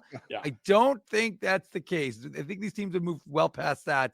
And even the Washington game where the Jets, won in overtime, I'm not so sure folks are still fixated on that one, Ezzy. No, absolutely not. And I feel like, we're talking a lot about how the Jets need to get back to more of a mistake-free defensive structure and everything like that. But I'm just looking ahead to that game Tuesday, and I'm like, don't expect a 2-1 game between these two teams, right? Because we always talk about this, right? Every time the Jets and Oilers play, it seems like it's a 4-3, 5-3 type of game, right? And maybe more so with the Oilers because they've been a bit of a mess defensively. But look, it's the marquee matchup of the week. There's no doubt about it, guys, right? Like there's no secrets anymore, right? Like it's Washington and Winnipeg for the President's Trophy. There's nobody else that's really in it right now. Like, you've got the Florida Panthers 13 points behind the Washington Capitals. Like the next closest team is the Dallas Stars, and they're 10 points back. Exactly, right? So like, when have we seen this, guys, where you've got one team in the West versus one team in the East for the President's Trophy, and there's nobody really in the rearview mirror, right? It's pretty incredible. Washington clinched their playoff spot. I think it was 2 nights ago that they were the first team to clinch. And people were asking, Dave, we should mention, people in the chat were asking. I haven't looked at any numbers or seen any numbers. I'm not sure if you guys have. But I'm assuming that the Jets are very close. I don't know if they can clinch with the win on Sunday. Dave has the number. Dave has it for us. Here's what it is. But as I will mention while I'm pulling this up, the craziest thing about Washington is they were the last team to clinch last year, and they're the first team to clinch this year. And they clinched last year with just an abysmal goal differential. I think it was like minus 40. And that's the story. Sorry, Dave. I was just going to say that's really the story of this year in the NHL, right? You've got last year's President's Trophy winning team currently in 9th place. Like the last year's President's Trophy winner, the Rangers, might not make the playoffs this year. And like you said, the team that barely made it into the playoffs is now the top team in the entire league, right? Like it's unbelievable. It shows you the parity. So here's the clinching scenarios for the Jets, even though they do not play. If the Blues lose to the Blackhawks in any fashion, and they should disband the organization if the Blues lose to the Blackhawks in any fashion. And so it's not just that coming to fruition, and the Canucks lose to the Rangers in regulation. So for the Jets to clinch, those two things need to happen, and then the Jets. No, sorry, Dave. There's actually a third thing that you forgot to mention. Drew can't shave his mustache. Drew has to keep his mustache. Then the Jets clinch a playoff spot. There you go. So as long as they don't shave, the Jets will clinch a playoff spot, is what you're saying? Yes. Yeah. Okay. Well, I think Laura's willing to sacrifice the mustache for the Jets plaff spot. I don't think you should shave that mustache anytime soon, Drew. I mean, like it's created a lot of conversation, Ezzy. That's for sure. Everybody's calling him Pablo Mendel. So it's illustrious. I did honeymoon in Colombia back in the day. When after Laura and I got married, that is where we went for our honeymoon. Is Colombia. So he represented the Curve Cartel in Colombia. That's right, the Curve Cartel. It was just about sandwiches, though, not drugs. We had no influence in the cocaine trade, just sandwiches. But going back to the on ice Jets and everything else, and we talked about with Dan, and Nino Niederreiter is a guy who I do think you can sort of see signs of him coming through the other side of these struggles. And again, these aren't unusual for him. These have been things that have been in his career. There have been plenty of times where he has gone dry offensively. But that assist to Morrissey, I mean, he came very close to scoring in Vancouver. I see the light at the end of the tunnel for him. And frankly, I think that come playoff time, those games will be better suited for his type of role. We know that he's not a flashy goal scorer. He's not going to score off the rush Ehlers-esque very often. That's not his game. So when the ice becomes harder to get through, when there's more bodies to have to navigate, when there's more, trees to have to maneuver past, I think that's where you're going to see him succeed more. And I think I do see signs of that improving for Nino Niederreiter. And kudos to Mike for asking him about it on this road trip. That article, of course, available on illegalcurve.com and the winnipegfreepress.com. Yeah, well, boys, we thought there might be a change on that third line, right? We thought we might see Lowry, Tanev, Iafallo stay together, right? And what we saw was Scott Arniel defaults to Appleton and Nino Niederreiter and Lowry. And what ends up happening, Nino Niederreiter makes a beautiful pass. I mean, it's engraved in my mind, just right on Josh Morrissey's stick. Really, I feel like that goal needs to be almost discussed a little bit more. That was a beautiful goal. Josh Morrissey. Go for it. You have the platform to discuss it all you want. I mean, it was just like there were some nice goals in that game. Obviously, Kyle Connor's OT winner wasn't bad.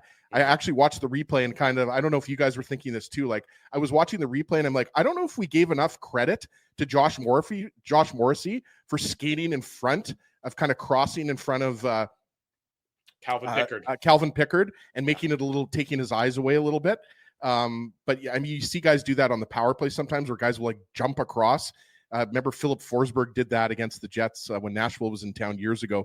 But I'm just saying that the third line, I think you could see that line was not producing. Like, even Mason Appleton has struggled offensively, right, Dave? But Arniel sticks with that line, and Niederreiter gets a huge assist at the time. That was the tying goal, right? So yeah, I think Nino's going to be fine. And again, I know it's a cliche, but a guy like Niederreiter is the most effective when he's crashing the net, going to the net, causing havoc, getting in on the forecheck, right? And he has been doing that. So I think he'll be fine. And we've had a few people mention Nino's a guy that always steps up his game in the playoffs. He plays that playoff style of hockey. He can crash and bang with the best of them. He's a big man, right? So I think he'll be fine, and I wouldn't be surprised if he breaks his goalless drought against Buffalo, because they're certainly not a defensive powerhouse. You mentioned Mason Appleton there, Ezzy, and it sort of comes to mind. You look at the bottom six of the Winnipeg Jets, and we'll probably give this more time maybe on next week's show, but just some, a little teaser. The bottom six for the Winnipeg Jets, so take Nikolai Ehlers out of the equation. The bottom six has got those three pending UFAs. Tanev now, Iafallo, Appleton. Yeah. I'm glad you mentioned this, because I was going to send you guys a message and say, do you want to talk about that? But I think you have to rank them in priority. Yeah. It's a tough one. What's 1, 2, 3 in terms of priority for you? Well, yeah, go ahead, Dave. Well, I mean, to me, it's Iafallo, who number one has expressed a desire to stay in the city, and right. and again, I don't think the cap's going up, so you have more latitude there, but you're not. I don't think you're signing him for $4 million, but I think, and it's also most likely a short-term deal, right, Dave? You're talking about 2 years, 2 or 3, yeah, 2 or 3 at the most. It's similar to the Niederreiter or the Nemestikov, yeah. And I think he's the kind of player who fits in perfectly. I think he's the guy who can move up and down the lineup. He provides a lot on special teams. So Alex Iafallo, to me, is a no-brainer number one.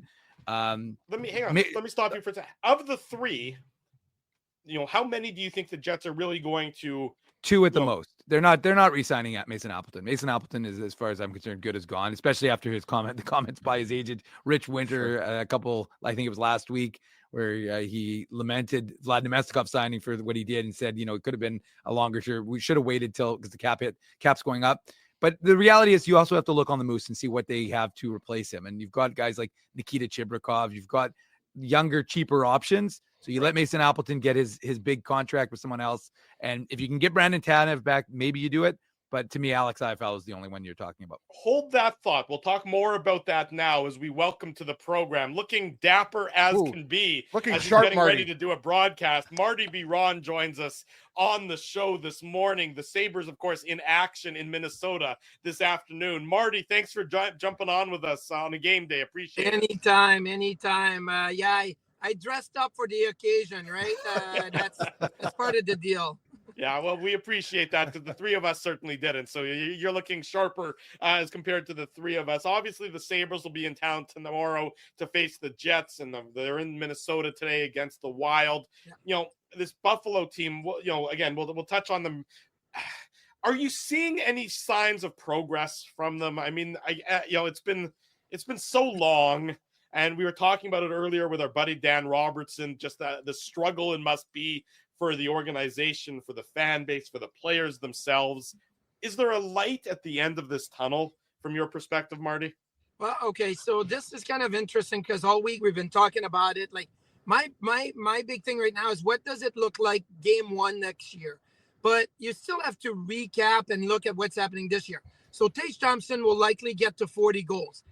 Alex Tuch will get to 30 goals. You're getting a career year out of Jason Zucker, career year out of JJ Peterka, career year out of Ryan McLeod. You're probably going to get 3 defensemen that will have 40 or more points. And one of them may get to 70 points. And it's like, how can you have all these pieces and then it doesn't pan out to anything win-wise? And so I think the biggest thing for me are, one, defensively, they've given up way too many goals. And I'm going to include goaltending in there, right? Like your goalies have to do the job. You cannot go on a stretch of 7 games, 8 games where you're giving up 4 or 5 on average per night. That's impossible. So that has to be better. And your special teams have to be better. I mean, penalty kill, yes, comes into play with the goaltending and with the goals given up, but your power play has to be able to kind of threaten a little bit, because right now other teams are like, we don't care if they have a scoring chance, we're going to hook, we're going to hold, we're going to cross check.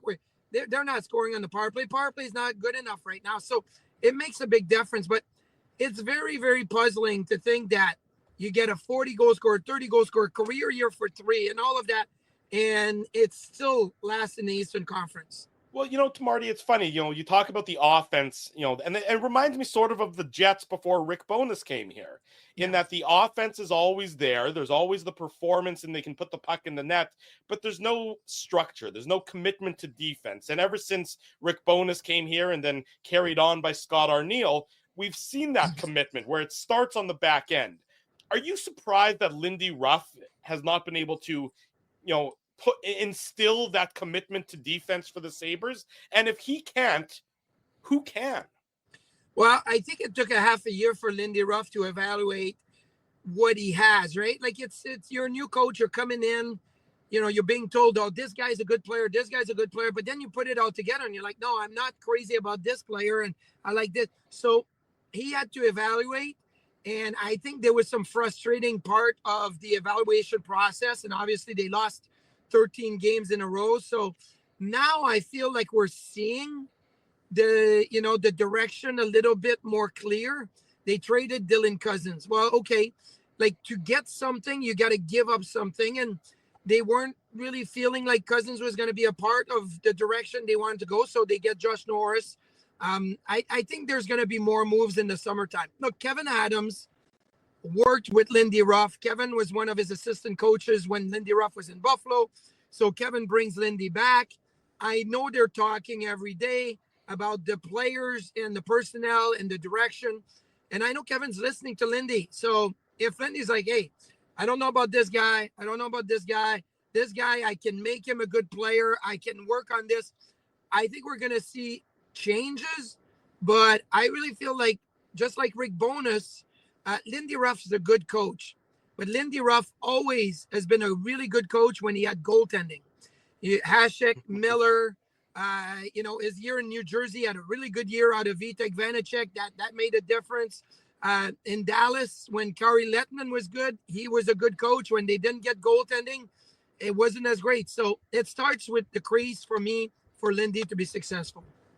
Marty, just sticking with goaltending, I know we seem to always do that, but I mean, of course, you were a longtime NHL goaltender, so it makes sense, right? But just quickly, I know, and I know we're not going to go the full 30 minutes like we usually do because you've got the game. But Ukko-Pekka Luukkonen, is he still the short-term kind of answer, or is he still what's the future there? Because obviously, defensively as a team, like you said earlier, there have been struggles, so we're not going to put this all on UPL, but what's the future there, especially with Devin Levi, who I believe is injured, if I'm not mistaken right now. He hasn't played in a while, right? He's in Rochester. So, and he's having a really good year in Rochester. He's a top 5 goalie in Rochester in the AHL. But again, I look at, for example, Connor Hellebuyck. When he got to Winnipeg, it wasn't like, okay, you're a number 1 guy. No, let's take the time with Connor Hellebuyck. You look at UC Soros. Let's take the time UC Soros. All the goalies that have had success or actually sustainability at the NHL level, they've taken their time. So I look at Devon Levi. I don't know if the AHL next year is where he should be because he's doing exactly what he should be doing. He's dominating at the AHL level. The numbers are great. I think he's ready for the NHL next year, but it's not as a 1A, 1B. It should be, look, you're going to play 25, 30 games, but you're going to be here all season long, practicing, learning the league, learning the systems. Like, that's what it needs to be. Not, hey, let's get you here. You're playing game one. You're going to, no, that doesn't work. But with Luukkonen, the biggest thing for me is he's a big goaltender, but plays very small. And that drives me nuts. Like, there's small goaltenders that play big, and there's big goalies that play small. Playing small does not work. The shooters are way too good. And it's not like people are going to say, okay, how do you play big? Hand positioning, shoulders back, are you really wide with your feet, a little bit more compact? Connor Hellebuyck's a perfect example. Look at how big Connor Hellebuyck looks. But if you put Hellebuyck next to Luukkonen is a monster without his gear next to Hellebuyck. So there's a big difference there. I think that's the number one thing. Does he have the abilities? Yes, Luukkonen does.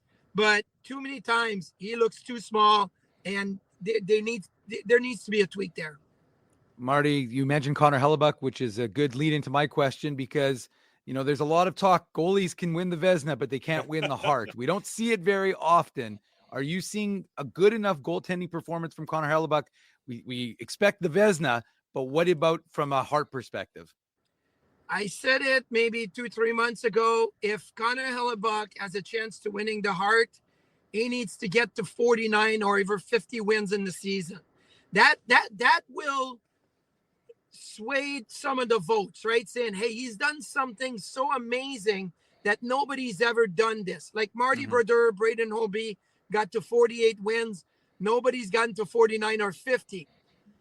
I'm starting to think that may not be possible. Look, the Jets have 12 games left.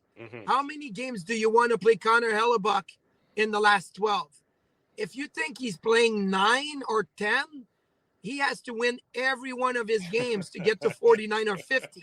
And there's no reason for him to play that many. Right here. I don't know that I want him to play 9 or 10. Right. I probably think 8 is the number. So, just because I don't think he'll get there.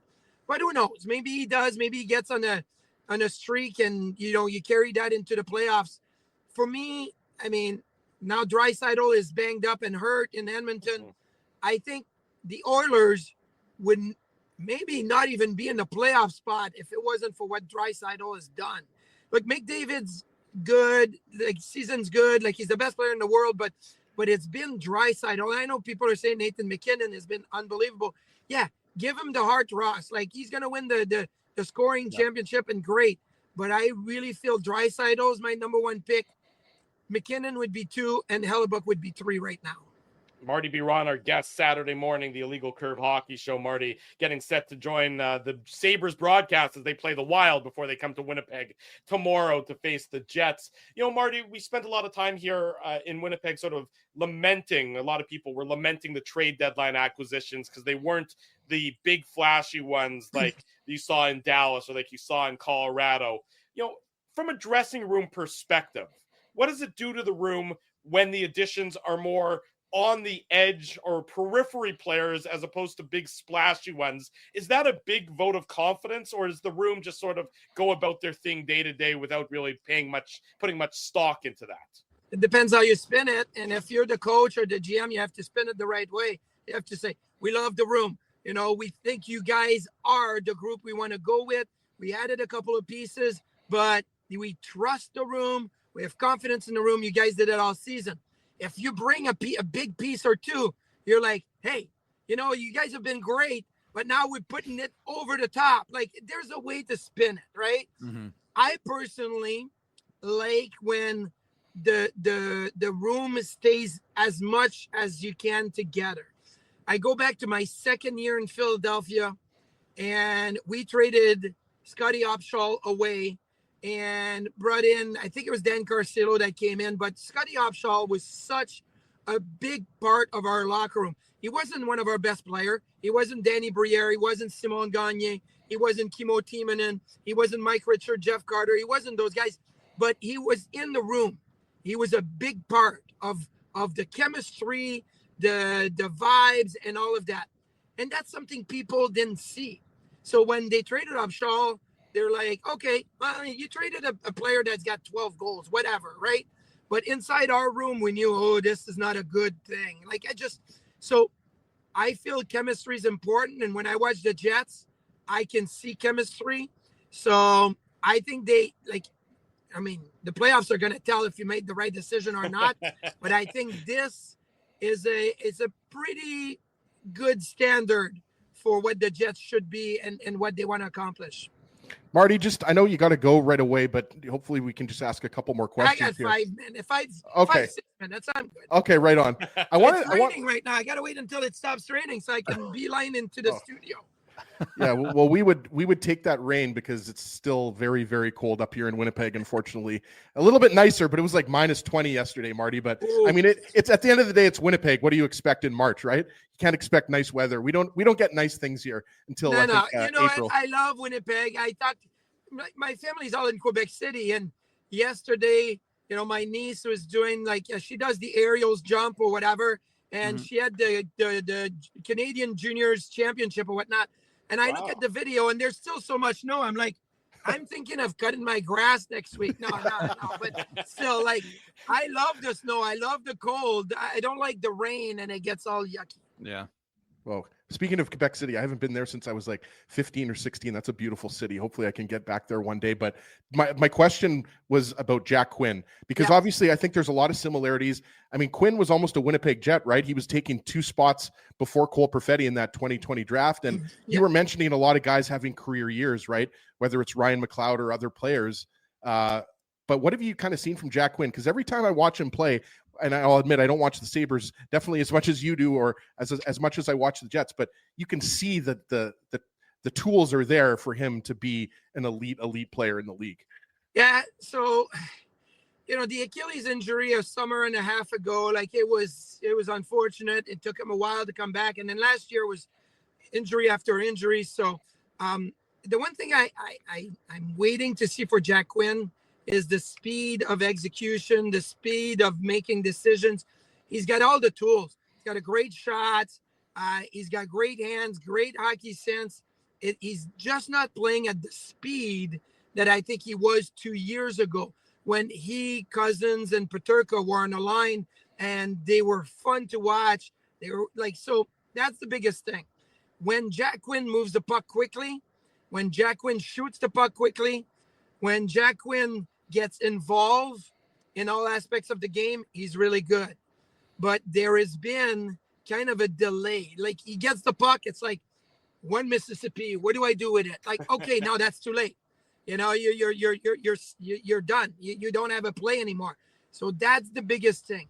He's still young, still has a lot of talent. I think, they traded Dylan Cousins. So where are the Sabres going to go? They're really focusing on veterans right now. Jordan Greenway got the 2-year extension. Jason Zucker got the 2-year extension.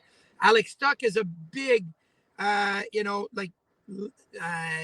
want to say mentor, but a leader for this team. So are they going to go more on that route and then, kind of make some moves, trading some young players?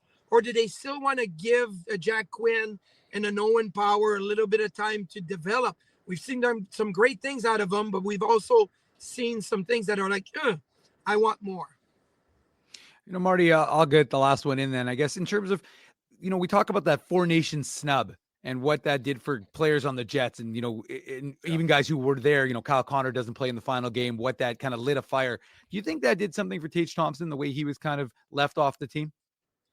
I think I think everybody understands that Tage Thompson, Cole Caulfield, Scheifele with Team Canada, Kyle Connor should not have been a healthy scratch in the finals. There's a lot of players that are playing with that edge and that chip on their shoulders, and that's great. But right now, you're March 22nd. I don't think that Kyle Connor, Scheifele, Thompson, Caulfield, and others are thinking, man, I should have been on that Four Nations team. I think they're thinking, how do I get onto the Olympic team? Yeah. And that is the looking ahead that I like personally. Like whatever's done is done. You can't do anything about it. How do you move forward? And some guys get so, pouty and they don't play well because they look back. No, look ahead.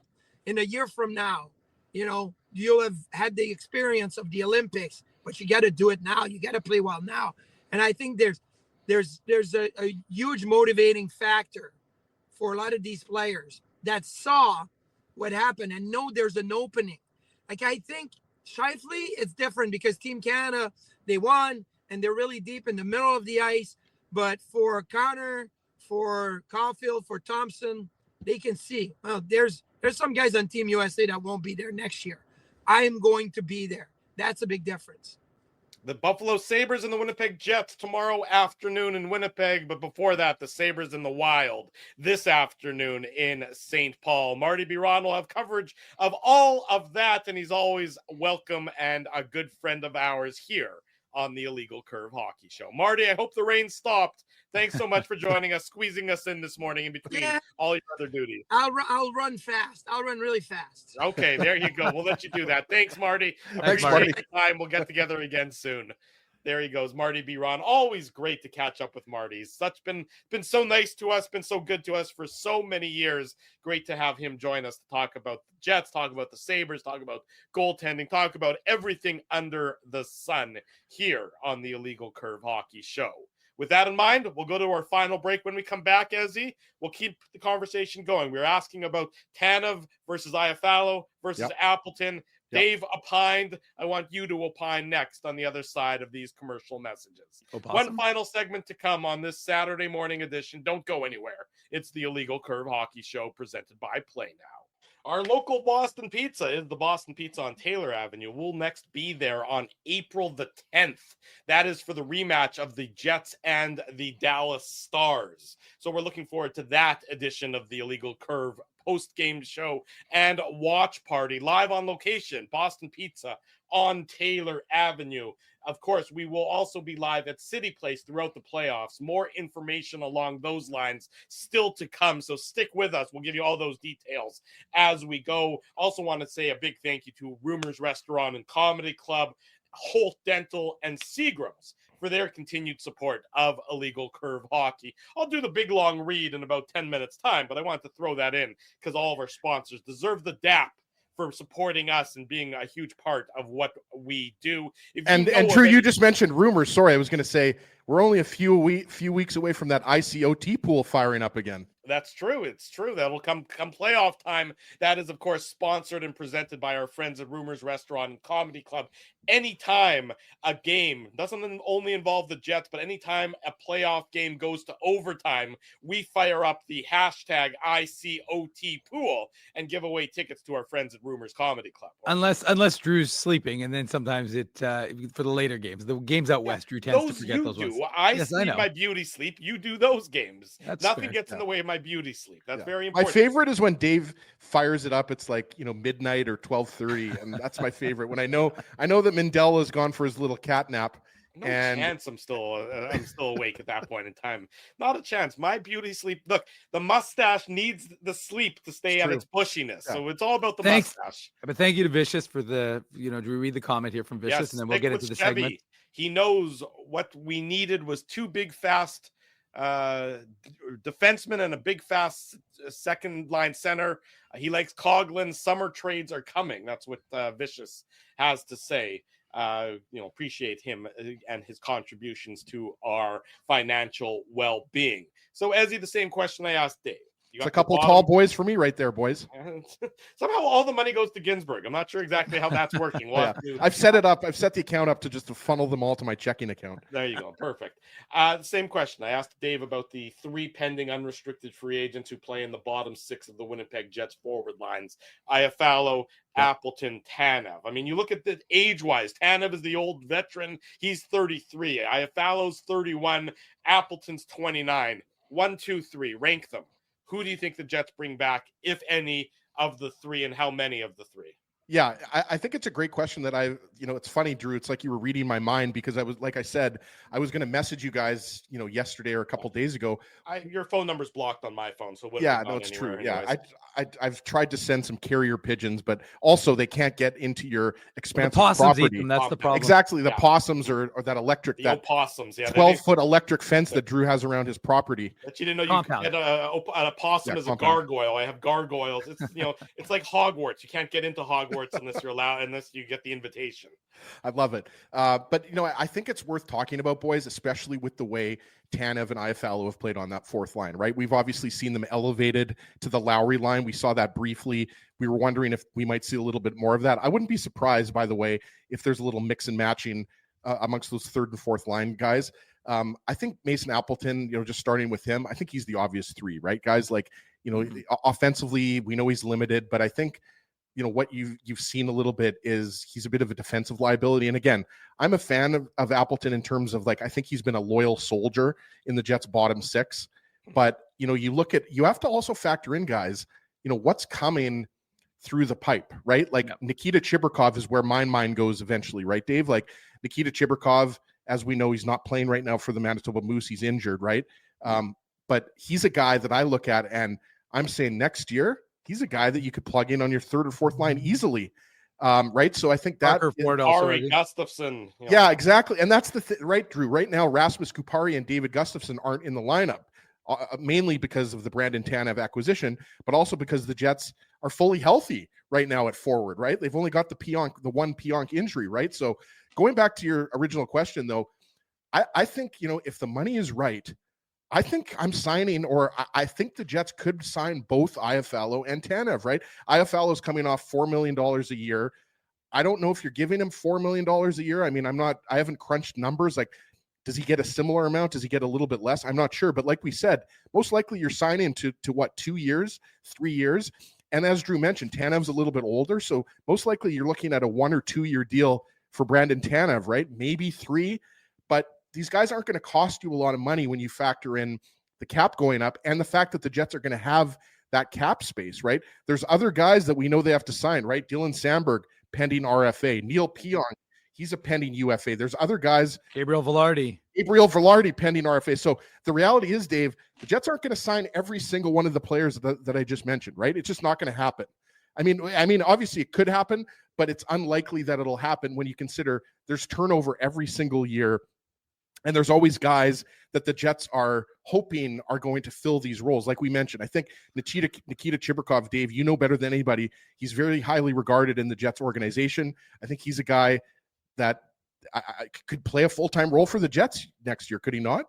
Yeah, I mean, again, like I said, but you also, as Drew mentioned, we also tend to forget David Gustafson and Rasmus Kupari, 2 guys who who've played the bulk of the year for the Jets. Well, not only that, but Rasmus Kupari, we were all talking, he looked good at the third C role for, when they needed to move Adam Lowry up. So, I mean, to me, he'll be a big question mark for next year is what kind of step forward can Rasmus Kupari take? The organization obviously has a lot of faith in him. Nikita Chibrikov, again, he's been excellent. We saw what he's been able to do when he came up and played for the Jets, continuing his goal scoring prowess and he plays with that little bit of an edge.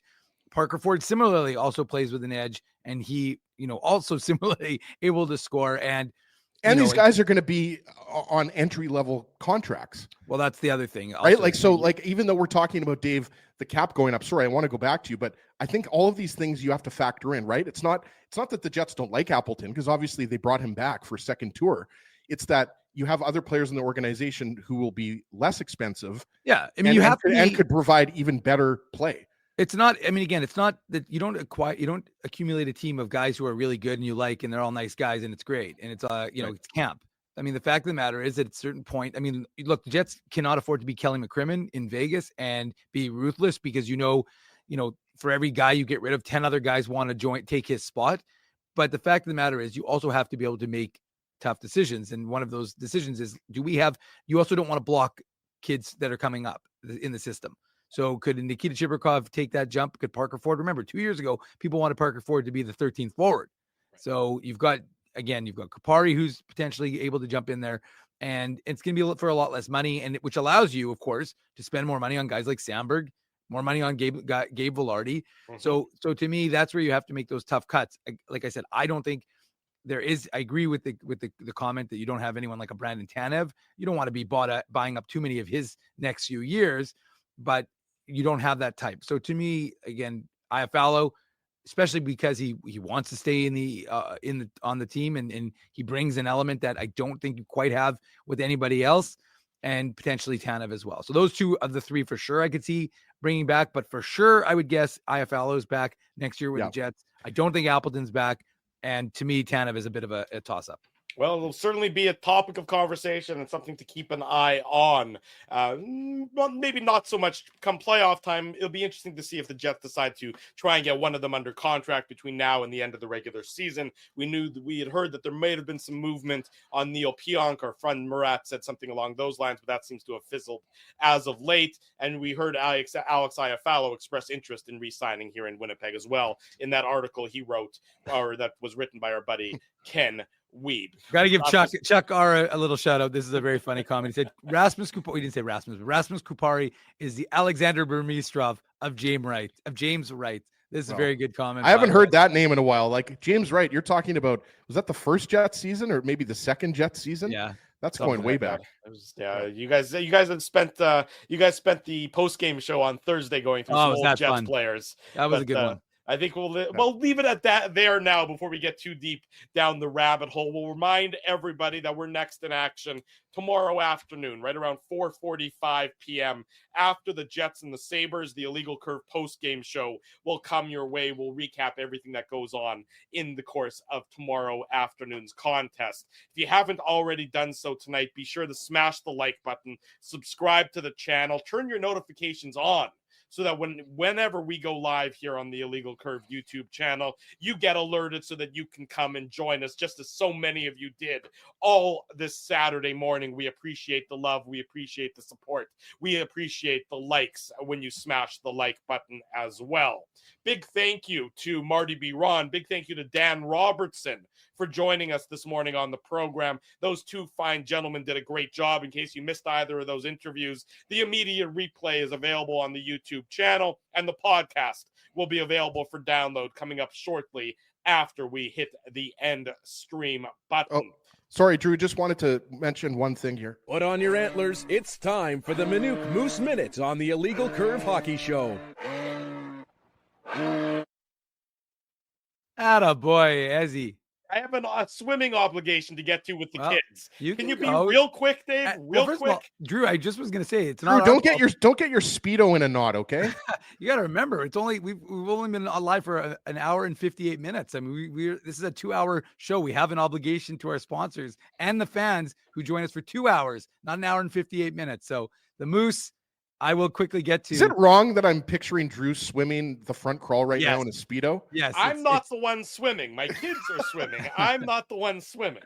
Anyways, I'll just get to it quickly. The Moose were playing a great game against the Abbotsford Canucks. Moose have to, they were going into yesterday's game 9 points back of Rockford with 2 games against the Ice Hogs coming up next weekend. So there was some chance they could sweep that, but it was remote. They were 9 points out of the playoffs. Didn't look likely. They needed to probably sweep the Canucks this weekend. We've hooked some folks up with tickets for both last night's game and tonight's game. Not to Dan Robertson. I would have given him tickets if he wanted, but he didn't ask. So anyways, the Moose were in action yesterday, controlling the Playboys for the first 12 minutes of that game. It was 5-1 shots, and then out of nowhere, 2 breakdowns, back of the net in 26 seconds. The Moose are suddenly down 2-0. And then Axel Jonsson-Fjällby, who, by the way, we were joking with him. We were doing media earlier in the day, and he was talking about how many interviews he's done. And we weren't officially doing one. It was more of an informal chit-chat. And then he goes out and he scores. And I said, well, see, this is what you got to do. Talk to the media, and it leads to goals. It's the Manuk bump right there, Dave. That's what it was, a Manuk bump. Informal bump, so that made it a 2-1 game. And then just to sum up the season for the Moose, nothing is better. They're literally announcing the goal by Fjällby. The Moose go down. The Canucks goaltender, Topatillo, is out of the net. There's a chance to put it into the empty net. They don't. They put it off the post. I mean, it's just crazy chaos. The Canucks come back and score. So in 2 minutes and 23 seconds, 3 goals for the Canucks, 1 goal for the Moose. Actually, Jonsson-Fjällby scored 1 more to make it a 3-2 game, but the Moose took a late penalty and gave up power play goals. So unfortunately for the Moose, I'm not saying it was a kiss of death, but it's not looking good for the Manitoba Moose. They're back in action tonight, and we'll play against the Canucks. So we'll hopefully have some insight on that one come the next time we talk with all you fine folks. There you go. That'll be tomorrow afternoon after the Jets and the Sabres, where I'll have more time so we can talk deeper and in more detail about the Manitoba Moose. Big thank you to everybody for joining us this morning. Big thank you to our sponsors, our friends at Rumors Restaurant and Comedy Club, Play Now, Holt Dental, Boston Pizza, City Place, and Seagram's. Support these fine businesses because of their continued support of Illegal Curve Hockey. The Jets are hitting the ice for practice. The full practice recap will be available on illegalcurve.com. We'll see everybody tomorrow afternoon for the Illegal Curve post-game show. For Dave Minuk, for Ezra Ginsburg, have a great swim, Drew. Thank you. Have a great Saturday. If it's Saturday, it's the Illegal Curve Hockey Show. Thanks for listening to this broadcast from Illegal Curve Hockey. For more great Illegal Curve content, subscribe to the Illegal Curve YouTube channel, follow at Illegal Curve on Twitter, Facebook, and Instagram, and visit your online home for hockey in Winnipeg, illegalcurve.com.